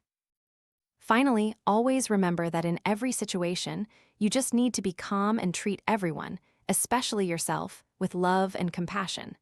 This way, life will be much better and brighter. There is no path paved with roses, we all have to cultivate ourselves. Allow me to tell you the following story. A little boy asked God, "God, how long is 10,000 years to you?" God replied, "It's like 1 minute." The child asked again, "How much is 1,000,000 yen to you?" God replied, "It's like 1 yen." The child continued, "Then can you give me 1,000,000 yen?" God replied, "Of course, just give me 1 minute back." Not everything is as easy as flipping your hand. Everything has a price. It must be paid with one's own time and effort. In this world, the concept of a free lunch never exists.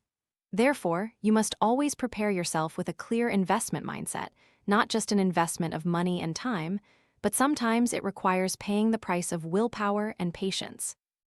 The second story, the story of the camel leader. The higher-ranking fox came down from the mountain to observe the situation. He saw all the animals playing, except for the camel, who was diligently working.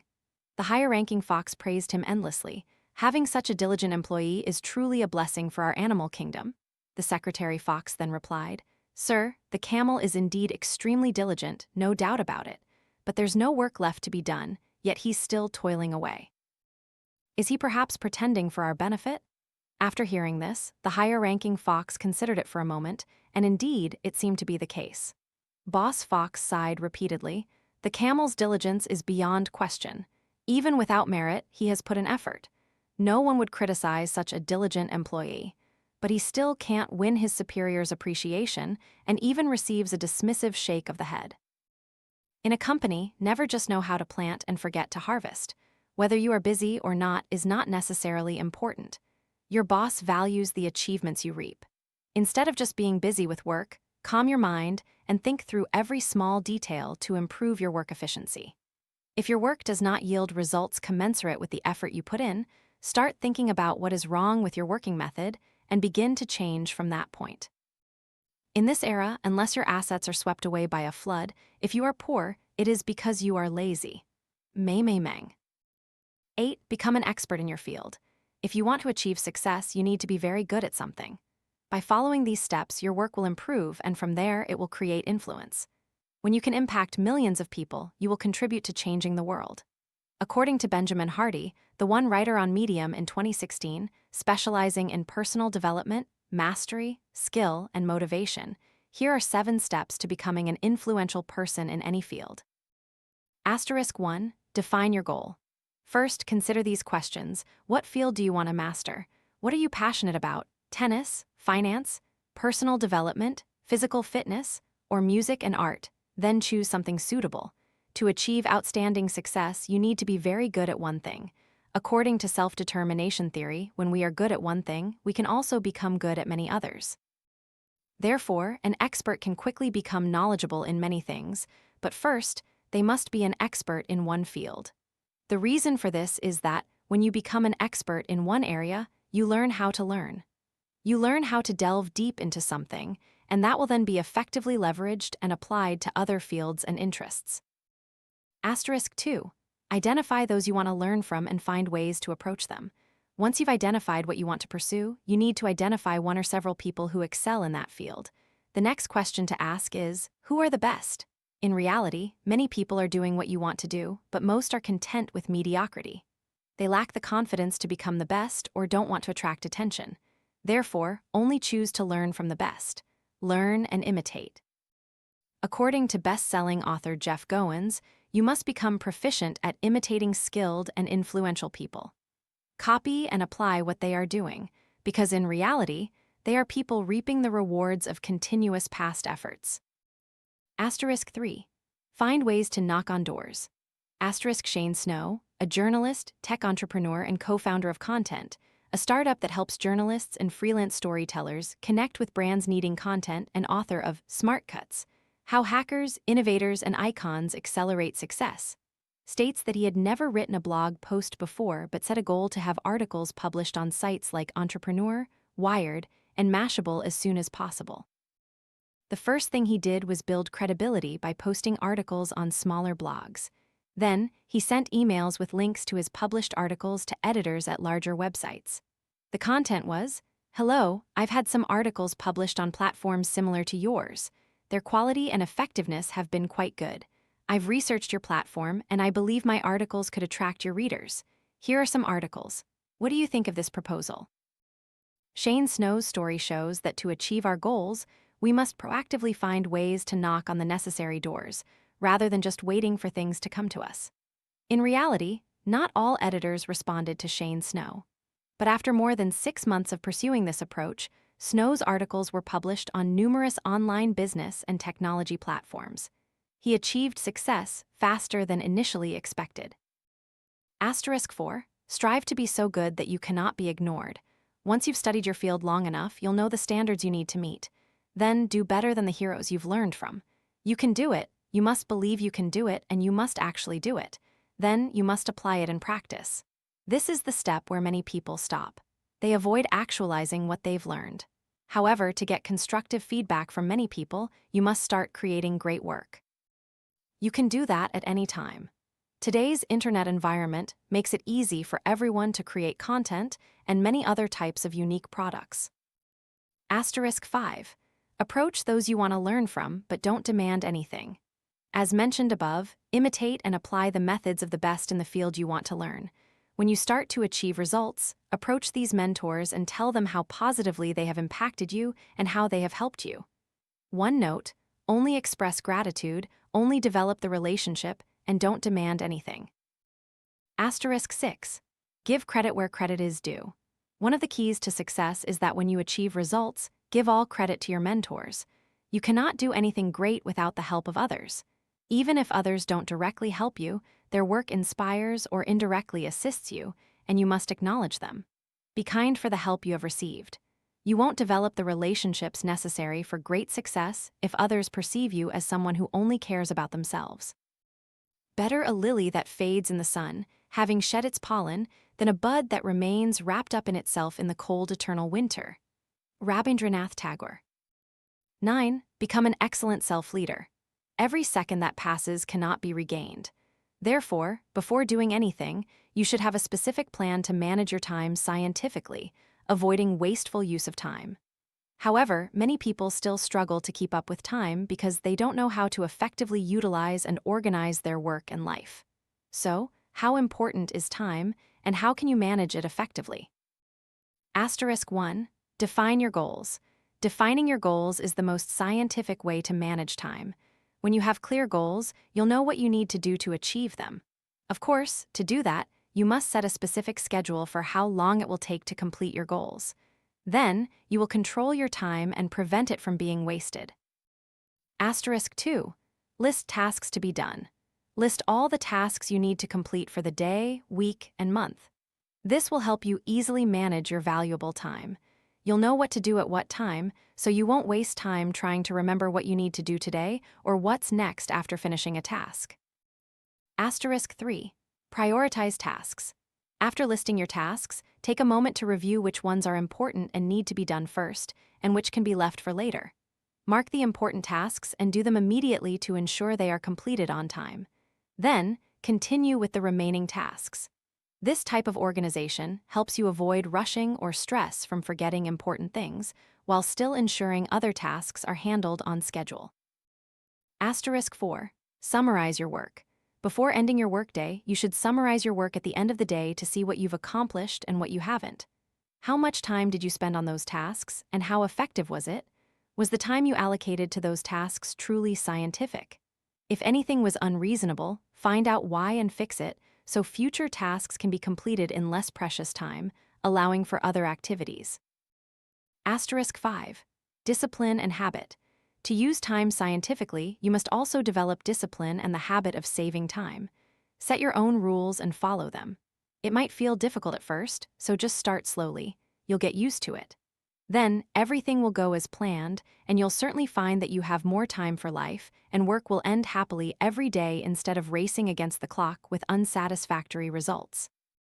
Asterisk 6. Focus. Focus is a great way to avoid wasting time. When working on something, dedicate all your energy and intellect to it. This will not only yield high-quality results, but also save you a lot of time. Because when you focus, you'll quickly complete the task and have time for other things. Asterisk 7. Allocate specific time for tasks. To save time, you should allocate specific time for each task, such as defining the start time, time for each step, end time, and total time to complete the task. This way, you'll have a detailed time plan, won't worry about affecting work results, and won't waste valuable time. Asterisk 8. Organize your workspace scientifically.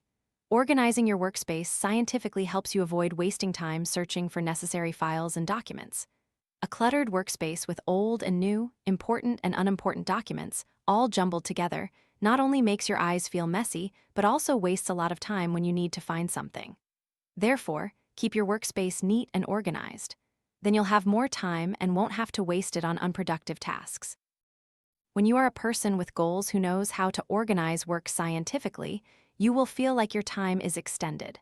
So, right now, strictly restrain yourself to see how you have managed your time, whether it has been effective or not, and for what reasons you have wasted time. Then you will know what you need to do to stop losing precious time. Dare to think, dare to act. First is creativity. You need creativity to see what's out there and shape it to your advantage. You need creativity to look at the world a little differently. You need creativity to approach things in a different way, to be different. Jim Rohn. 10. The art of focus. Focus is the key to all success in life. You don't need natural talent to succeed, because the most talented among the talented is the one who knows how to focus. Everyone has 24 hours a day, but time is not precious. What is most precious is the power of time. If you focus 20% of your time, it will generate at least 80% of the results. If you focus 100%, how incredible would the results be? Focus is not just saying yes to necessary tasks, but also saying no to hundreds of other things, even if they are useful. If you chase 2 rabbits at once, you will surely lose both. People say that if you dare to dream, dreams will come true, but if you don't know how to focus on the right things, that dream can only be admired. What is your goal? Focus on what helps you realize that dream. What is your desire? Focus until you satisfy that desire. When you focus on opportunities, they will surely come more often. The more you pay attention to garbage, the more it appears. If you keep stopping to throw stones at barking dogs on the roadside, you will never reach your destination. Don't say you can't focus due to external influences. As long as focus remains within the realm of consciousness, you can completely and absolutely control it. Only do things that serve your top priorities. Be strict with yourself and eliminate all distracting factors. Pomodoro technique. This is a fairly simple method because its operating principle aligns with the ultradian rhythm of the human body. Basically, Pomodoro works as follows. You choose a task you want to complete, set an alarm for 25 minutes, and focus completely on completing that task within 25 minutes without interruption. After 25 minutes, take a 5-minute break. Continue this cycle until the task is complete. After every 4 Pomodoros, 25x4 equals 100 minutes. Take a longer break of about 20 to 30 minutes. Choose the 3 most important tasks each day. The implementation of this method is also not complicated. Each day, you just need to choose the 3 most important tasks you want to complete and focus intently on finishing these 3 tasks before doing anything else. But how do you know which tasks are most important? Try thinking. Among all the tasks before you, which one, if completed, would have the greatest impact on your life? That task is likely the most important. This method provides focus simply because it forces you to pour all your mental energy into completing the most important things of the day before shifting your attention to other work. If you combine this method with the Pomodoro technique mentioned above, you will certainly see a significant increase in your efficiency and level of focus. Brain dump list. Our brain is very strange. It can jump from one stream of thought to another without getting tired, and this is extremely dangerous when training focus. Suppose you are highly focused on a task, but suddenly your brain spontaneously generates another stream of thought, and just a few minutes later, it has led you somewhere you never intended to go. The consequence is that all your hard work focusing on the previous task vanishes. You have to start focusing from the beginning, and it takes a very long time to regain that initial level of concentration. So what's the solution to this problem? Create a brain dump list. How to do it? It's very simple. Whenever you find yourself highly focused but a thought pops up, stop for a minute, write that thought down on paper or in a note-taking app on your phone or computer. Then, stop thinking about it and immediately return to your work. When you write it down and store it somewhere, that stream of thought doesn't disappear, but it gives you the active choice of when to revisit it.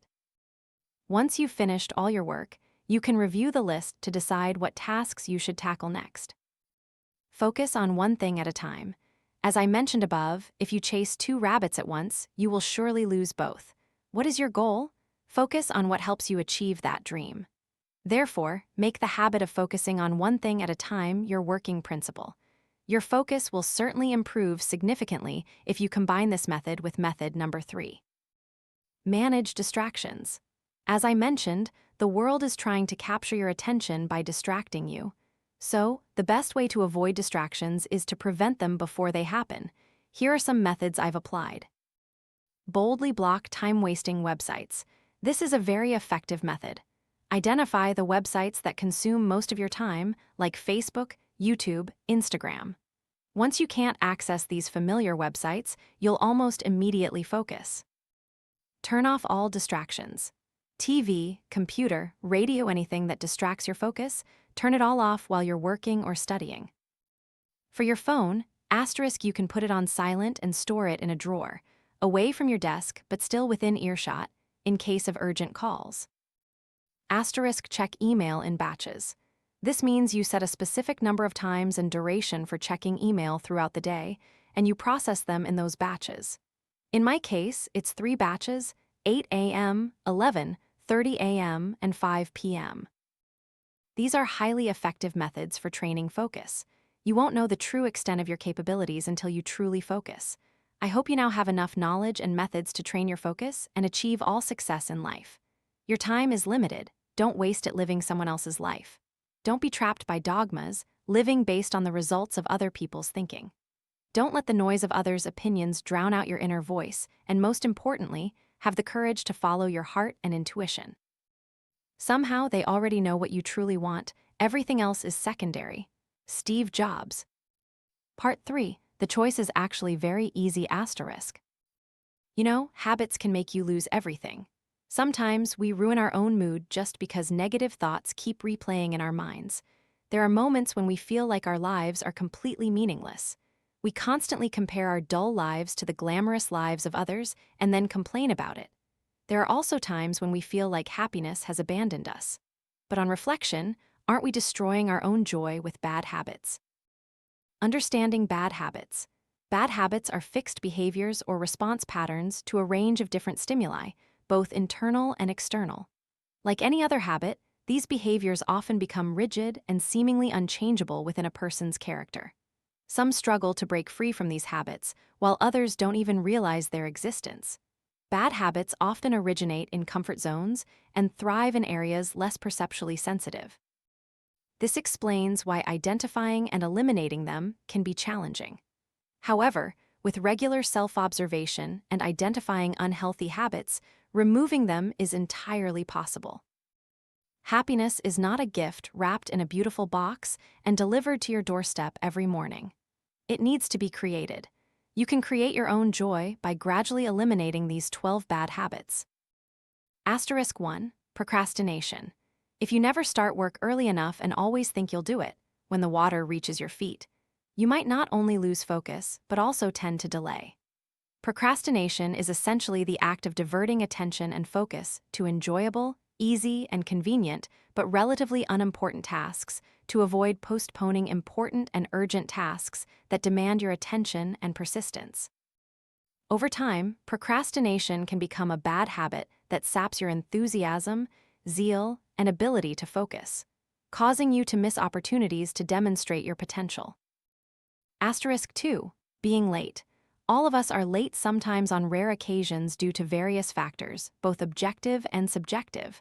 But if you are consistently late in most cases, sooner or later, this will become a bad habit.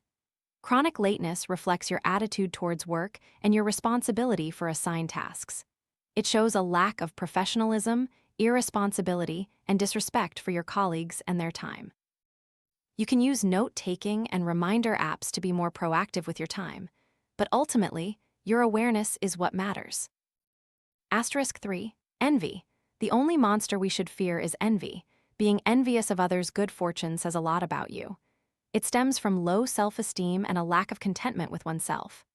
Envy easily leads us to make wrong decisions, chase external material things, or stagnate, becoming complacent with our current lives.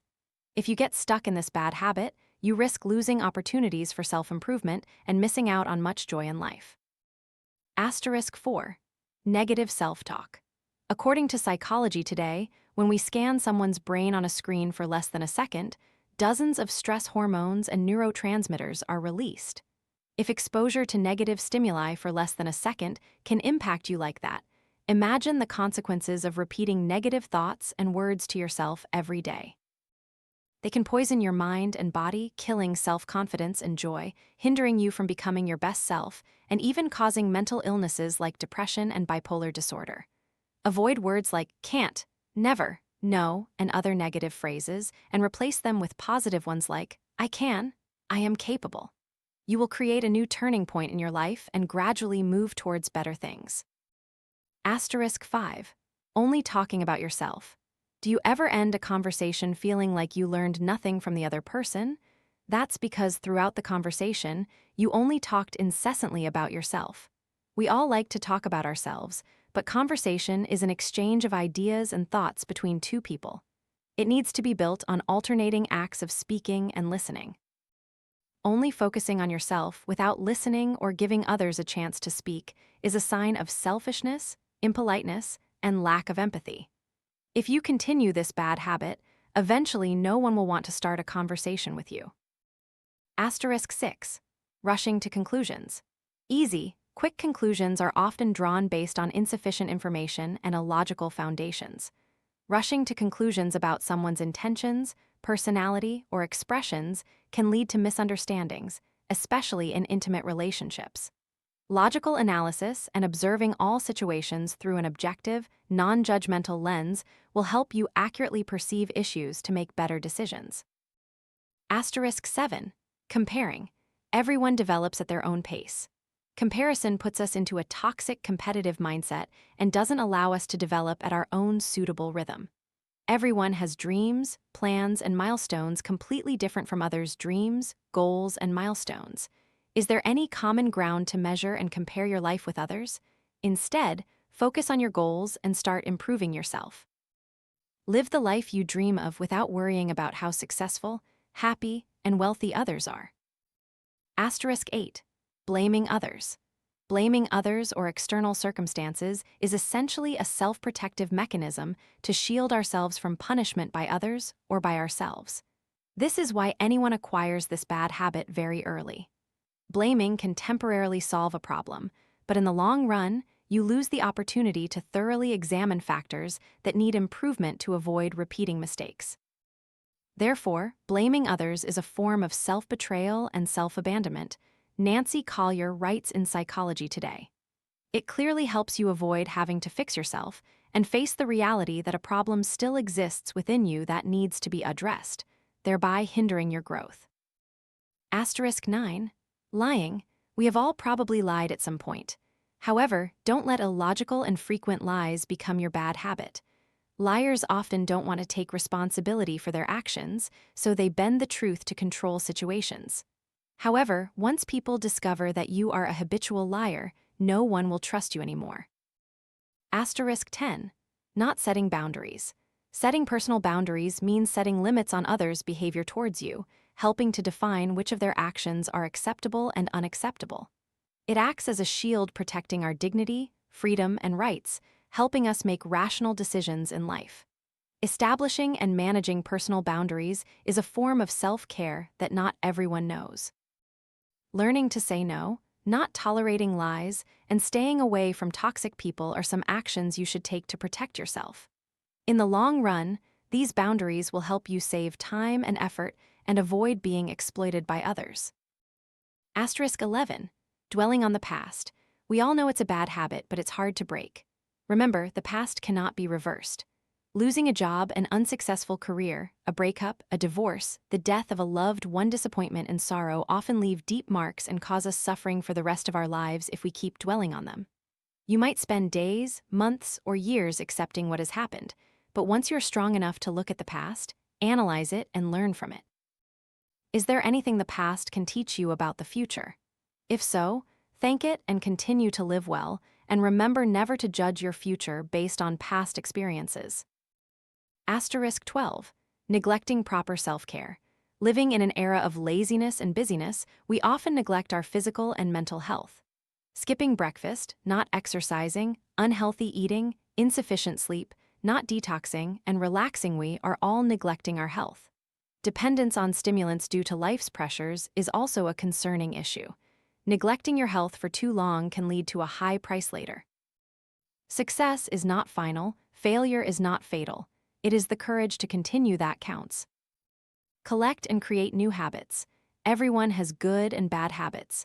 However, developing good habits suitable for work is not something everyone can do. So, what are the most important habits you need to have? Let's take a look. Habits are a collection of many different actions and thoughts, repeated in human life. With today's fast-paced life, having good habits to succeed in work is something everyone always desires. The following article will summarize the top 10 good habits you can refer to for holistic self-development. Asterisk 1. Always set clear goals.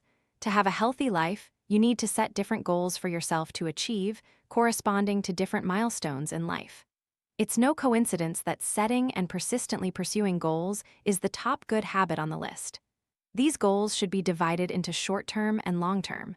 Depending on the level of necessity, you can consider arranging them appropriately.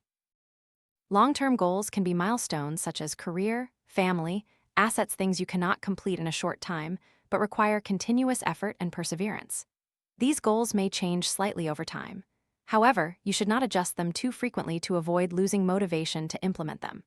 At the same time, if a goal in this list is affected, it can easily lead to difficulties and negativity in life. Obviously, indecisiveness leading to frequent changes in goals is absolutely not a good habit. Short-term goals are often set to help you control your life more easily. Asterisk 2. Constantly improve yourself. No one is perfect, so the next good habit you should pay attention to is improving yourself every day to become the best version of yourself. You always need a continuous learning spirit, and at the same time, frankly identify your past mistakes and weaknesses, then strive to improve relentlessly. Successful people always know how to cultivate this good habit as a booster to assert their capabilities in life. Start by reading books, exploring new places when you have free time, or simply regularly reviewing your own experiences or those of others. Asterisk 3. Maintain a disciplined lifestyle and know how to care for your health. Exercising daily or maintaining a healthy diet is not only a good habit for health, but also a key to continuously achieving success in life. The positive energy from these good habits will help you always be full of optimism and a cheerful attitude, which will then make it easier to solve the goals and plans you have set. In addition, your daily exercise and healthy eating cannot be separated from the good habit of a disciplined lifestyle. Arranging your daily routine scientifically will help you avoid piling up many tasks at once. In fact, if everything goes smoothly, you will have more time for yourself and your family. Asterisk 4.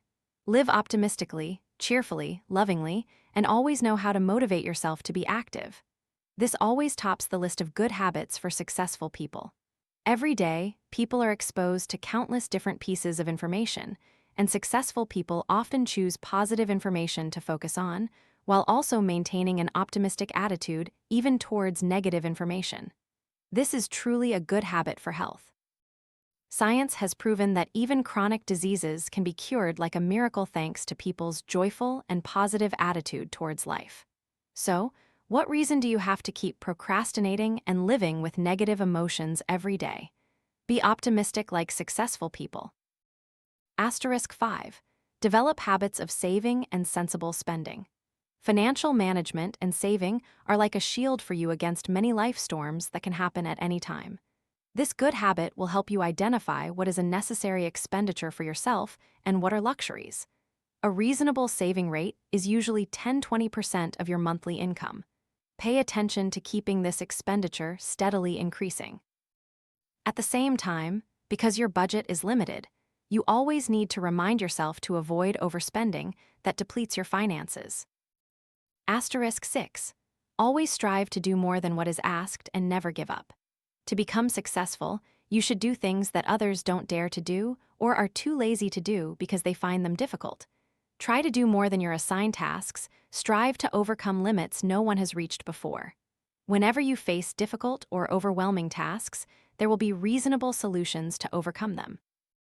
The good habit of not refusing difficulties will help you become stronger and continuously assert your self-worth. As long as you keep reminding yourself that successful people can change direction to suit different competitive circumstances, but they never give up. Asterisk 7. Learn from successful people. This good habit is obvious and everyone should follow it. Of course, each person has a different path to success, and you can't always completely copy someone. But in essence, you can learn good habits from them and adapt them to suit your personality, interests, and existing good habits. From what you learn from them, you can draw your own independent path to success. Asterisk 8. Study and interact with like-minded people. If you want to go fast, go alone. If you want to go far, go together. Success is the same. Interacting and learning, progressing together with friends and like-minded people in work and study is always the best habit, especially in today's era of easy human connection. Healthy connections can always bring positive energy to each individual within them. To cultivate this good habit, you need to overcome unnecessary shyness and open up to everyone, seeking healthy friendships and colleagues with shared ideals. Asterisk 9. Self-awareness to suppress your fears. Fear is one of the greatest enemies of good habits that lead to success. Although sometimes fear pulls you back from going beyond your comfort zone and acts as a cushion to prevent you from falling hard, excessive fear can also break all the efforts you've built, no matter how many good habits you've tried to develop. The key here is to always remind yourself to suppress fear, not letting it overpower and drown everything. Asterisk 10. Improve life skills. Always having the self-awareness to improve life skills is also one of the good habits to note for becoming successful. Your learning and experiences will be truly wonderful if combined with flexible and effective life skills. Pay special attention to this good habit. The only difference between a good day and a bad day is your attitude. Don't be afraid to change. Life will change. In thought and in life, people often have a habit of fearing change in their thinking and even their living environment. People often prefer to do what others do, not wanting to do things that require them to change themselves. Therefore, there are many times when we miss opportunities, not because we lack ability, nor because we don't want to seize those opportunities, but because we are afraid to change. Once a person forms a habitual way of thinking, they will view everything through that lens, unwilling to shift to a new direction of thought, to a different perspective. This stubbornness is a difficult-to-cure ailment for many people.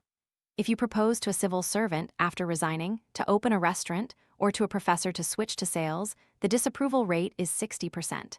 This is because they fear changing their current life and work. If there is a major change, they cannot accept it. If one can bravely face changes in a grand sense, meaning overcoming oneself, success is easily achieved. Bill Gates, even as a student, had an incredibly meaningful student life. Graduating and starting a business was a huge change, but Bill Gates was not afraid, relying solely on his talent and determination, and ultimately achieved great success. When the world doesn't have the habit of working like everyone else, of just doing things the familiar way, with a little change, he wasn't afraid. He bravely accepted change and often achieved success in life. We spend too many years living according to what's predetermined, not daring to try new paths. This easily gives rise to negative, disheartened thoughts, feelings of blandness and emptiness. Therefore, if we don't change our way of thinking, life will be incredibly dull. Many people can't escape predetermined ways of thinking, so they can't escape a sad outcome, as if predetermined by fate. Conversely, once they break free from predetermined thoughts, they can see many other life circumstances and even create new miracles. This is why there have been miracles like realizing calligraphy through sword dancing, creating airplanes from observing birds in flight, associating electronic waves with playing music, or discovering gravity from observing an apple fall. If you usually climb mountains, try wading through streams. If you usually jump high, try football. If you usually sail, try driving. When you're an official, try being a